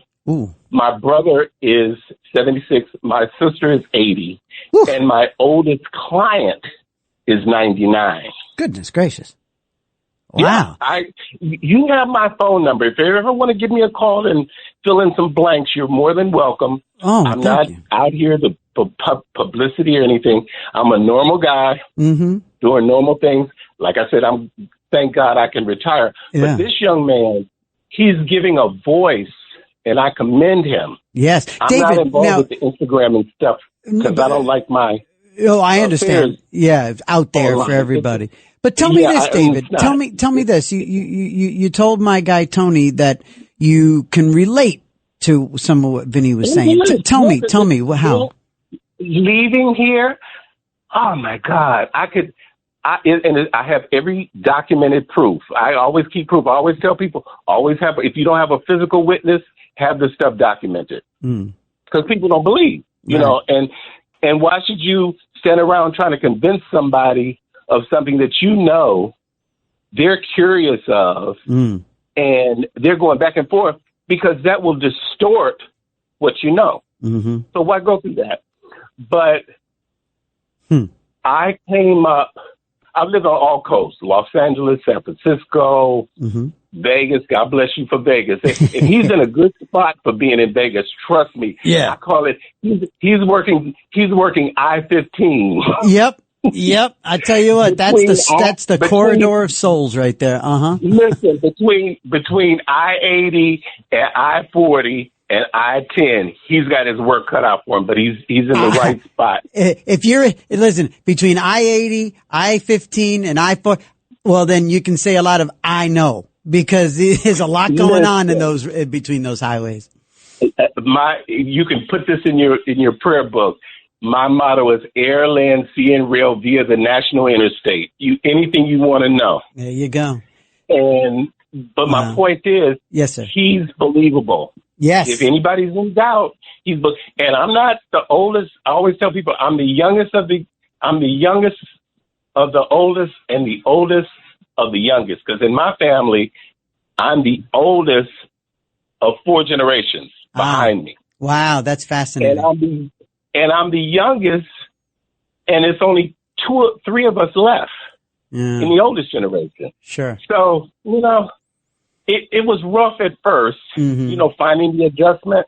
But in passing, we all have a time to go. Yeah. But we all have work to do. And we can leave at will. I know people who have passed away from broken hearts, just sheer disappointment. Yeah, a lot of times that happens. I've known men that have, very often when a long time married couple, when the wife passes away first, very often the husband just can't make it, and he ends up passing away in very short order after that. Well, I had a friend right here in the Bronx. She moved away. She settled a big lawsuit many years ago and moved to the Caribbean. She moved to St. Croix. St. Croix? Yeah, she moved to St. Croix and a place called Work and Rest. And she had got her little, monies and everything. She died of a disappointment. Her sons had disappointed her so bad, husbands, failed marriages. And, word got back to me because she was a friend, and she would stay with me in my home in Harlem. I had a home in Harlem for many years, decades. I grew up in the village. Wasn't born in New York. I was born in Ohio, Cleveland Heights. But I grew up. I came to New York when I was 9. And 92 Horatio Street. And she passed. Yeah. And the last place she was in my home in Harlem on 119th Street. And she told me, Dave, can you help me anymore? And I told her, I said, I really can't. It was nothing else to do. It was nothing. Her sons had disappointed her. She went away. I got her back to St. Thomas at the time because traveling was different then, connections and everything. So I got her to Orlando, and I got her from Orlando to San Juan, and she said she could figure it out from San Juan to St. Croix. Well, anyway, the next thing I knew, and it's been 30 years January, she's been passed. Right. The word came back to me that she washed herself, cleaned up herself, got into bed, and passed and away. Just passed away. And Wow. just died. Wow. David. And that was the saddest thing to me at that time. But my point is, I've had circumstances happen in my life. Yeah. And I'm going to tell you something. God will ask you, are you ready to go? Right. Because people don't listen, and people think, oh, I'm hallucinating. No. You're not hallucinating. Yeah. What you hear is what you hear. If you're hallucinating, you must be doing a lot of drugs. Well, and as we said earlier, I'm sure you heard it, David, and thank you so much. And don't be a stranger. It's the first time that you called since I've been here. So please be a friend and stay close. You have a very positive, spirit, and I really like your energy, and, you're a very happy presence on the other end of the phone. But it's funny too, because, it's like you're not hallucinating, God says, as we heard earlier, my wife knew what she was doing when she told that entity to get the hell out, that I wasn't going with anybody, that night. And, so my wife has made it her business to save my life over and over. Let's get over to Pam in New Jersey. Pamela. Hey, I'm glad that you called, Pam, because I feel real bad. Last night you got kind of slammed around a little bit by that very overzealous guest, but I hope that... Yeah, I kind of woke up at the, 10 minutes into that, and I thought you would turn off the mic. We kind of did. Eventually Tony brought down her mic, and but yeah, I'm sorry about that. That's what those communists do. They just run over you. Yeah. And I was trying to keep my composure. I know. I could tell. And so was I. And I could tell. We were both kind of in the same boat there. But what are you calling about tonight, Pam? Were you listening to Vinny? I'm open to all these experiences and everything, but I think, as I told you with Christy Nome, there are certain, I've lived long enough now that it's fascinating. It's really revealing to me too, oh wow, I know when somebody's trying to, not saying him, but when a story, that I just kind of not interested in anymore. And one of the things is when, years ago when I used to watch shows like In Search of and everything, people were not in it for the money or the stardom or the podcast. They were just telling their story, and it had more of a raw, earthy thing to it. And the thing that turned me off was when he, and that's a political thing that just turned me off. I won't listen to you anymore. When he apologized, called himself Saltine White, and then he said, oh, I'm not prejudiced, and I had to prove in heaven that I wasn't prejudiced because I have Korean siblings. I mean, that was part of it too. And then when they start to lecture you, when they think, their experience goes into all this other stuff. And listen, maybe that's his experience, and I'm open to it. I'm open to it. But, I've had people use the Bible to hide behind and preach to me. Even when I've told stories like that, oh, that's a sin to think of a ghost. Right. That's a sin, and this and that. And that's when I don't like it. I get turned off. And I get you. All these people apologizing for being white, that is an automatic, turn off. That and then not saying, right? But I heard in the last couple of comments and everything about movie making and Hollywood, and I was like, oh, I knew it. You get my drift? Yeah, no, I do. It's definitely a lefty industry, Lord. But then again, understand too. I mean, I was that too. I was a stand-up. I was an actor. Now, truly, I was. And I love entertainment. I love, and I'm not saying that you can't, and of course that's how we learn about things, through entertainment and TV shows and everything. And I'm not saying that. I understand. It seems like years ago when they would talk about these stories, people would just give it up. Now you get people telling their stories, say about Bigfoot or something. Well, I can't tell you everything unless you tune into some, I don't want to say the industry, right. Specific. Unless you pay, $50 to hear me say it. Right. And it's and listen, I know everybody's got to make a buck, and Hollywood is a buck industry. I understand that, and I'm okay with that. Sure. But, and even In Search of program made money. The commercials made money. It was very popular and everything. Sure. But it's almost like all the Ghost Hunter show. Most of them were crap. And they were, They were crap, and they were just doing it to make money. Yeah. So, and then when, all of a sudden politics, wait a minute, you're up in heaven and God is judging you. Are you prejudiced? Are you white, beating down on you?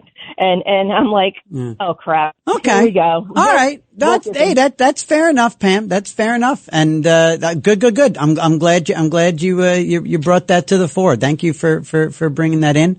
And, again, fair enough. Absolutely. That's certainly a takeaway because he did in fact say that.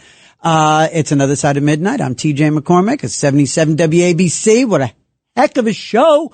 Oh my God. Dave in Comac. Dave, hello there. Hey.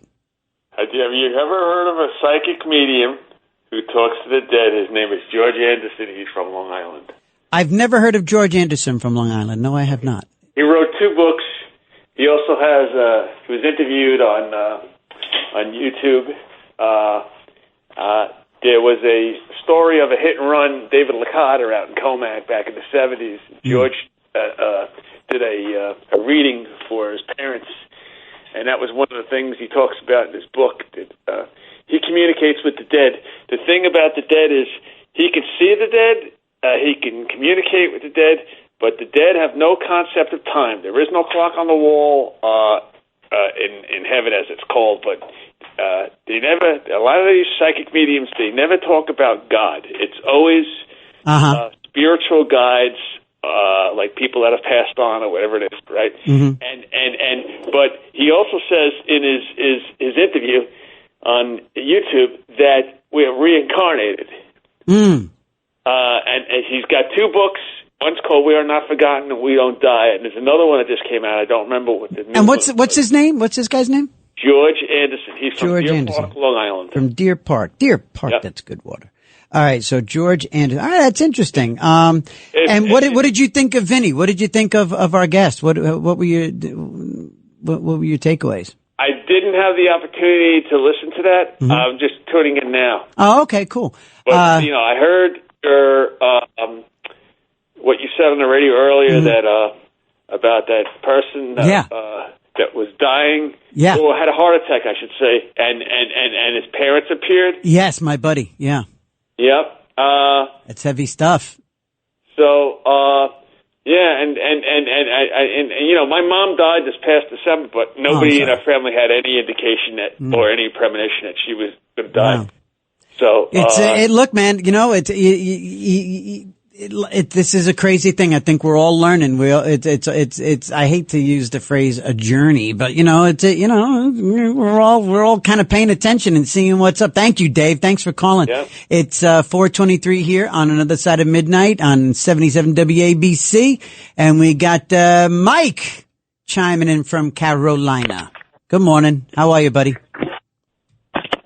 Hello, TJ. Hey, how about you, buddy? How are you? I didn't even realize the screener didn't pick up the phone. Well, whatever. I mean, always good. I got to tell you. Yes, sir. That lady before, I was laughing. I will never apologize for being white. Right. I'm second generation Italian American. Yeah. Excuse me. My kids are half Italian. And you know what? You should be on multiple times of the week. Oh, thank you. But they have you for 2 days a week, and you're an inspiration. Thank you. When you went through, other people will learn from your experience. People have learned from my experience. I had a little bit of a bumpy road, but I'm here. I'm 71. I'm still. Friends say, "How's it going, Mike?" Excuse me. Hey, I'm 71. I'm standing vertical. I'm breathing. Exactly. You're on, you're on the right side of the ground. Exactly. Right side of the ground. Yeah. And you know what, people, we only go around once. I always try to be as good as I can on the radio. There were some knuckleheads, like one guy in particular you sent on his way. Whatever. Yeah. Rim shot. Where's my drumstick? Yeah. Put him. But keep doing what you're doing. Thank TJ, you, Mike. And people are going to really appreciate your words because you lived a rough life and you made it.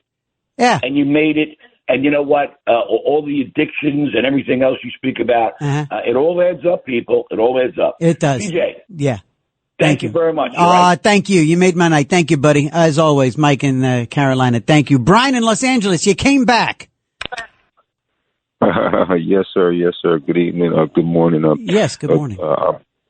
Much respect. Good to hear from you. I give my respects to the WABC 77.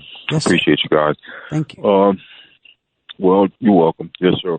Just real quick, according to my beliefs and my education and whatnot, Bible wise, we would have to. It'd be best important to take from, because we're using the words of afterlife and heavenly visits and demons and death and light.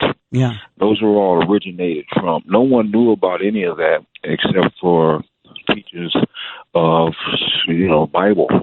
Those words were all coming from Bible. So anyhow, if we were to include the scripture, if we were to include the Bible in that, the Bible teaches us that the dead, they know nothing. This is something taught by Solomon, supposed to be the wisest man ever.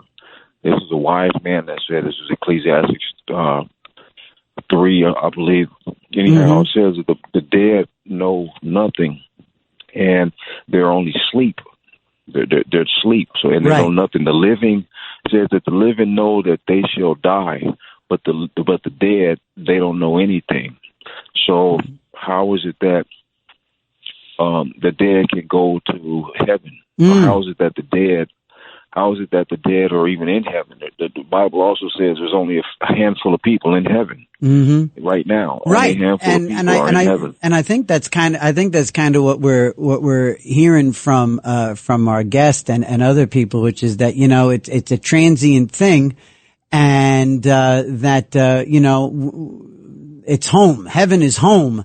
And we're here as Vinnie Tolman, our guest earlier, told us, it's his understanding now that this is, and we've heard other versions of this from other people in that who have had those experiences, that this is a temporary thing, that we keep coming back to earth, that it's school, this earth is school, and heaven is home, and we pop in home, pop down here, pop up there.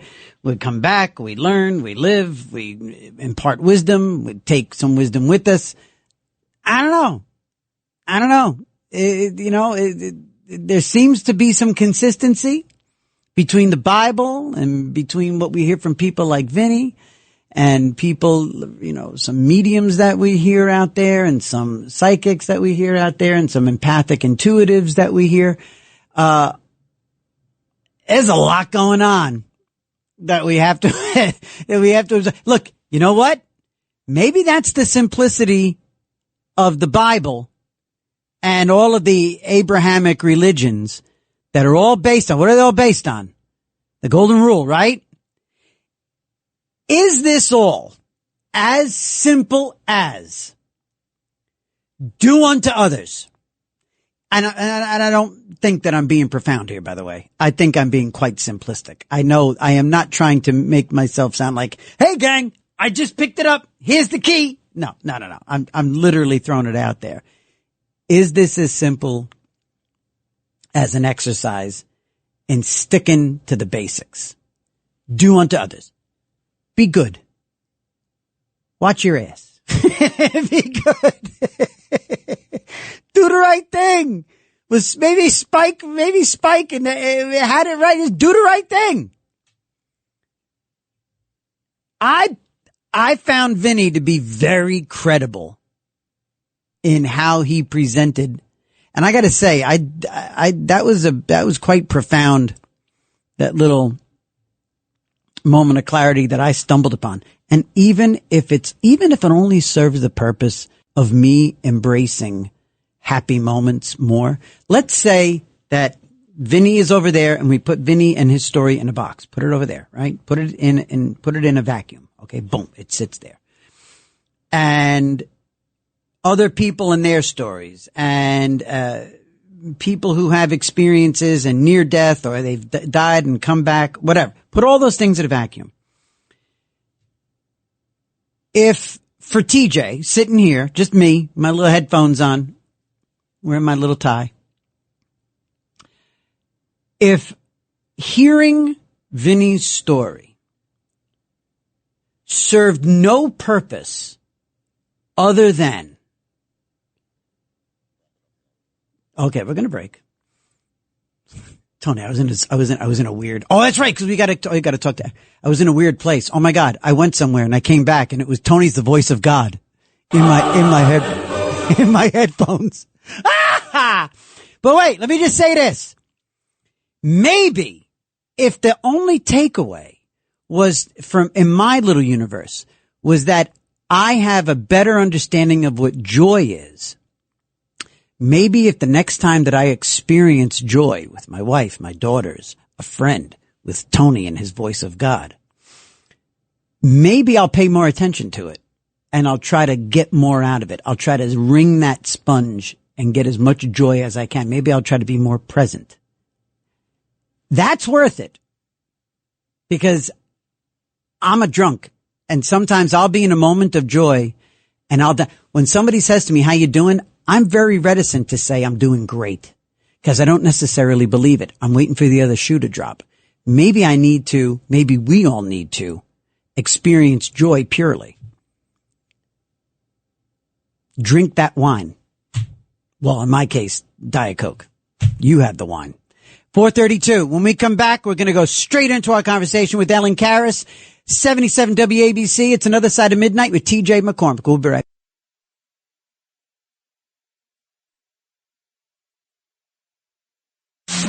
It's Another Side of Midnight. Political humorist TJ McCormick. Now, to the Bernard McGurk studios of 77 WABC. Here's TJ McCormick. And joining us now on a Sunday morning, it's the Lord's Day, so we need to laugh. Here on Another Side of Midnight with TJ McCormick on 77 WABC. We're joined by the one and only Ellen Karras. Ellen, welcome back to the show. Thank you for having me again. This is great. Always. It's the beginning of a trend. We're in a rut. Now. It's a good rut, and you're never, ever going away. You're always going to be on. Ellen Karras, everyone, funny, smart, cool. She has no more patience for anything, and which makes her awesome. And you can find her on all of social media on at Greek Chick Comic and also EllenKarras.com. So Ellen, what's on your mind these days? New York City just is not letting up. It's all a mess. This guy, this lunatic, is he going to be the mayor or what? No, and I'm going to tell you why. Okay. Because I'm praying a lot, but aside from that, I think there is so much hype around Mamdani. First of all, I will say the guy's got the best PR machine, but people right now, as you know, summer in the city, in New York City at least, I can't speak for any other city. It's a different animal. Right, people are gone, and even when they're here, they're not as engaged. Yep. It's all about getting out of the heat. It's it's about dining outside. So yes, he won the primary. We're all well too aware of that. But to me, the race is not going to begin really seriously until after Labor Day. So that's number one. Number two, he has a great PR machine, and he's 33 years old. He's got a lot of energy. He's zipping around all over the place. Yes. But he got his people to come out and vote in the primary. Right. Right. No question about it. Right. He got that. He got that momentum. It's this. I call it the AOC playbook. This is exactly what she did. Yeah. But the thing is, now we know, right? Because before that there wasn't an AOC, but now we have an AOC and all these other smatterings all over the country that George Soros and his ilk have put in. So what I'm upset about or perturbed is that how they are telling Curtis that he has to get out of the race. Right. Meanwhile, let's review. Yes. Cuomo lost to this guy, okay?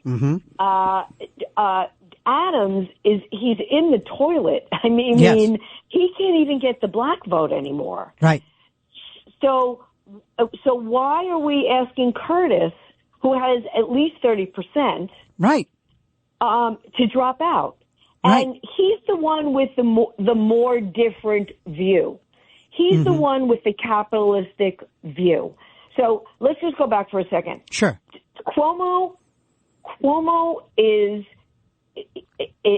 hallucinating because he's still living in 1985. Right.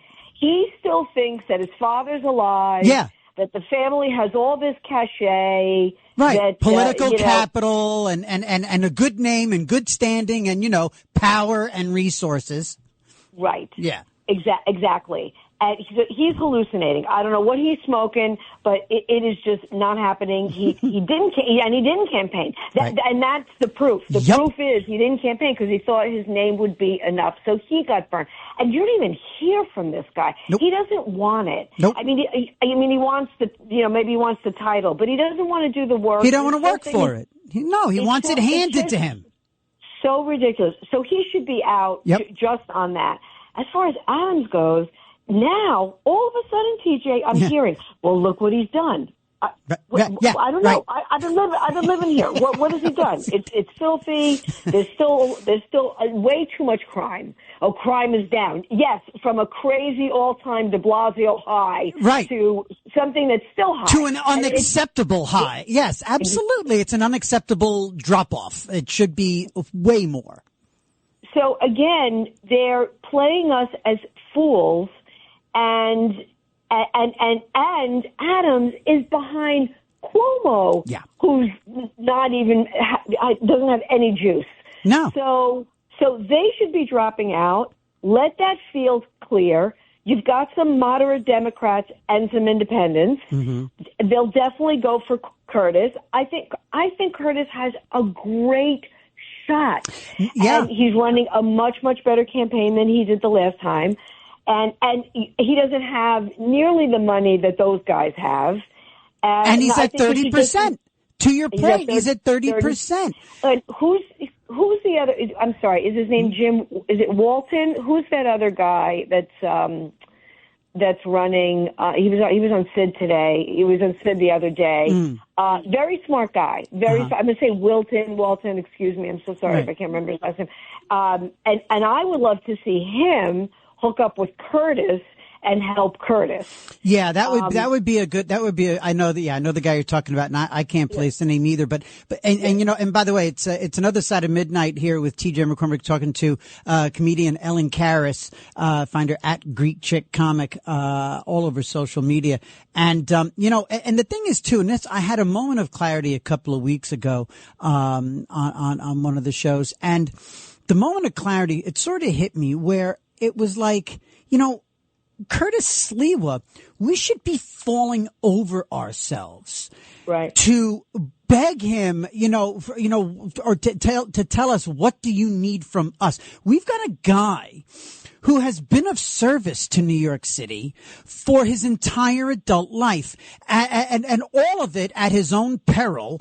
None of it for any sort of, financial, crazy gain. The guy's been making a living for 40 years. But the guy, one of the qualities that I think just is A, he loves the city, and B, even more so, he knows the city. Every single square inch of every borough, this guy knows. He is a guy that we should be going, please, would you be our mayor? Let alone, him asking us for our vote. Right, as opposed to the guy from Uganda. Yes. Who absolutely anti-Semite. That's the drop dead, Ellen. That's the drop dead. The anti-Semite. Okay. So why are there Jewish people rallying around Blows him? my mind. I don't understand. It's just like, guys, please, for the love of God, wake up. Aside from the laundry list of things that he wants to do, I mean, the way that he speaks about the police. Yeah. What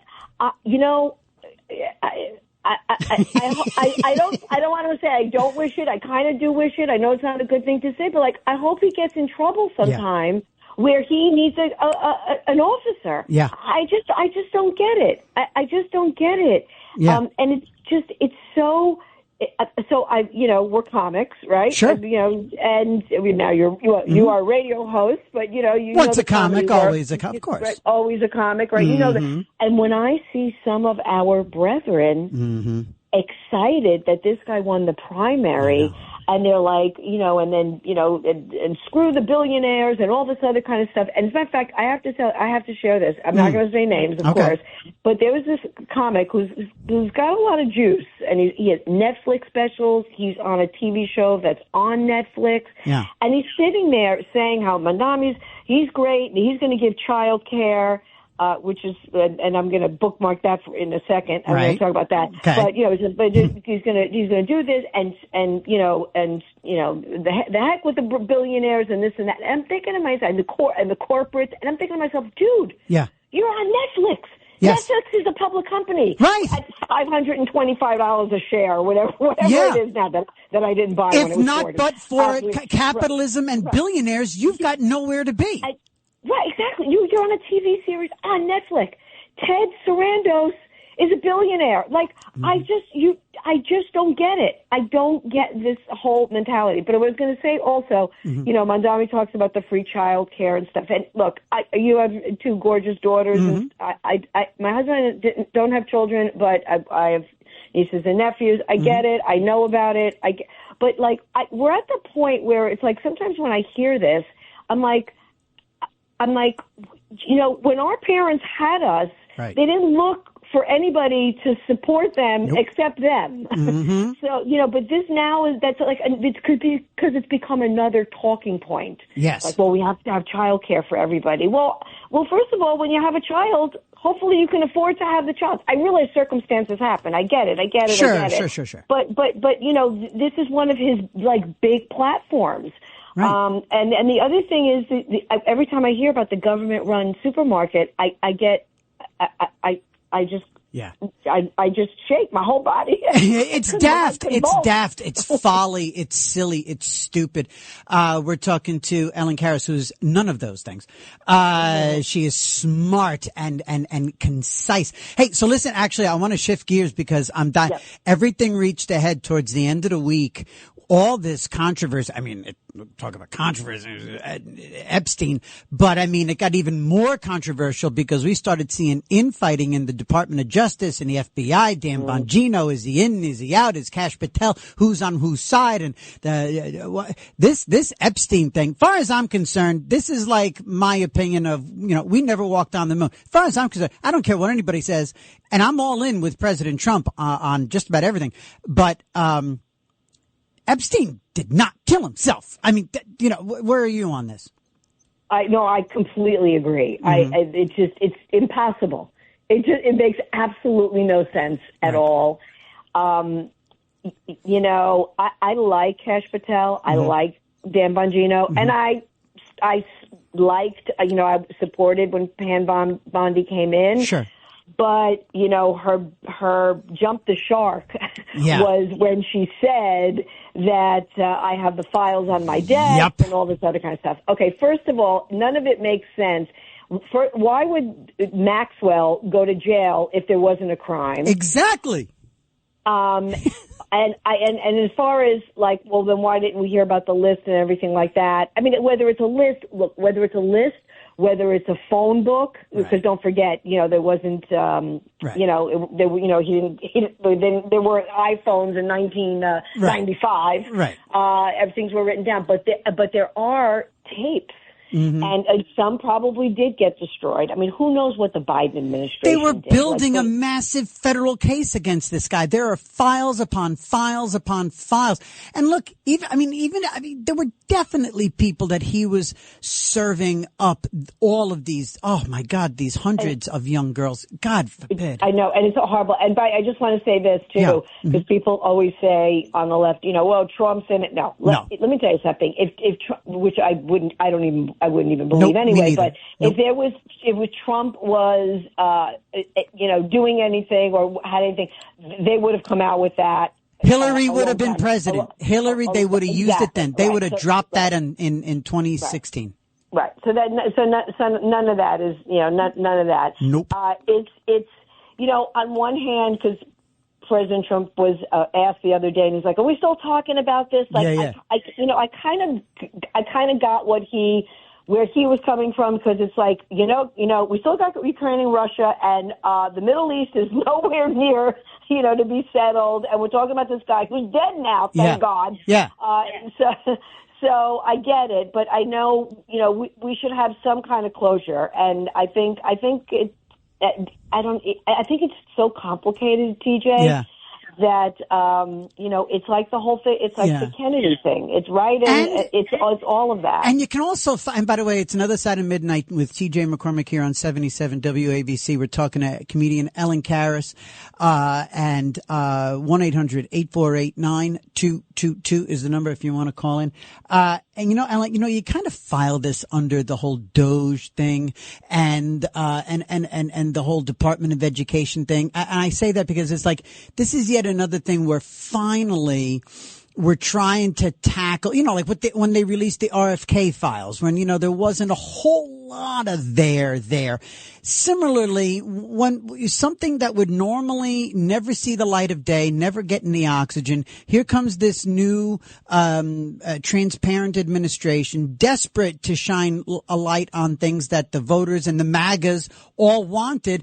And sometimes it just is kind of difficult to unravel this massive federal knot of information and agencies. And I think that's what's messing this thing up. I think all the intentions are there. But they're just kind of stuck. And ultimately, sometimes when you're trying to undo this, even with all the earnest best intentions, you're gonna end up bumping your head into crazy, whatchamacallit, bureaucracy, All right, so let me also shift gears one more time. We don't often talk on this show about the New Jersey governor's race, but it's right over there. The Republican seems pretty strong, and the woman who's running on the Democrat side, she seems pretty confident. They're definitely painting her as a moderate, middle of the road. What's your take on what's happening over the bridge? Well, the Democratic candidate endorsed Mondami. What? Wait, what? Yep. Mikey Sherrill is her name. I've got it. I cannot be caught off guard like that. Are you serious? And here I am saying they're trying to paint her as moderate. Well, go on. First of all, this has got to be Jack Ciattarelli's time. Yes. I wanted him obviously the last time. Mm-hmm. I have a lot of family in New Jersey. I spend time in New Jersey. But she was on an interview. I saw a clip. She couldn't even answer a question. It's just going to be Phil Murphy 2.0. How's that going for you guys? Yeah. I think the tide's gonna finally turn. Again, Jack, I think, is running a better race than before. When obviously he's not against an incumbent and stuff like that. So I think we have a good shot. But it's going to be more of the same or worse or worse. Yeah, and it's so pathetic too, because again, and I really was caught off guard. I didn't know she had endorsed Mamdani. But again, how tragic is that you've got, they can't make up. They're so desperate. They are throwing so much spaghetti against the wall in the Democratic Party. Even the people that they're trying to paint as, because it's going to need to be a moderate, because New Jersey, I believe Trump overperformed in New Jersey. He did better. Yes, he right? did. Yes, he did. Yes, he did. Definitely did better in New Jersey. But look, TJ, this is the plan. Mm-hmm. This is out of the playbook. They start local and they work their way up. Yep. And that's what's happening. So, everybody has to really, really pay attention. And it's not just, they're not Democrats anymore. Yeah. And I don't want to hear this Democratic socialist. That is the most ridiculous. Isn't it? It is the most ridiculous description of it doesn't even make any sense. Mm-hmm. It's socialist. I know. / Marxist. Like, that's what they become. They become so radical. Yeah. And it's about redistributing wealth.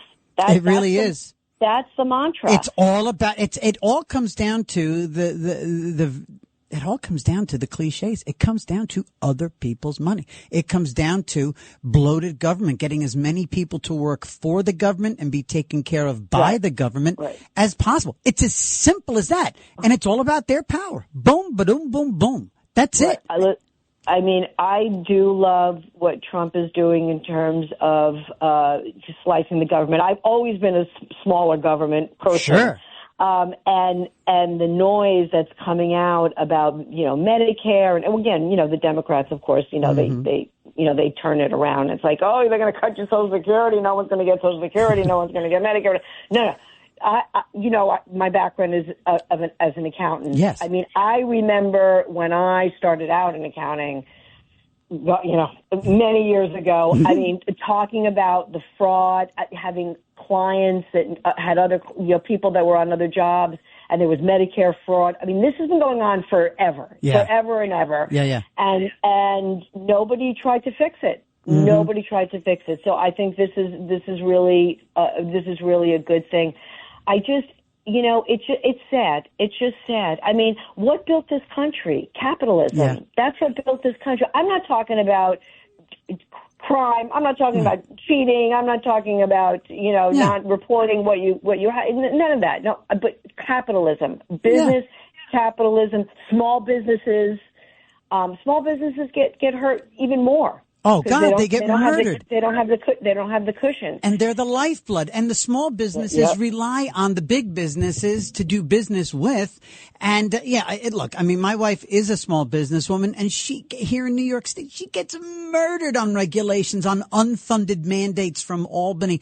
And I mean, you comb through your taxes and your business taxes and all your outgoings. How often you see things that you can connect the dots between a regulation and some stupid environmental issue, some stupid social. I mean the payroll taxes that pay for the MTA. My wife, her business, she owns dance academies for kids. She's nowhere near anything having to do with the MTA and the Metro North Railroad. It's just insane. The taxes, the other people, they dip and they dip and they dip and they just keep going.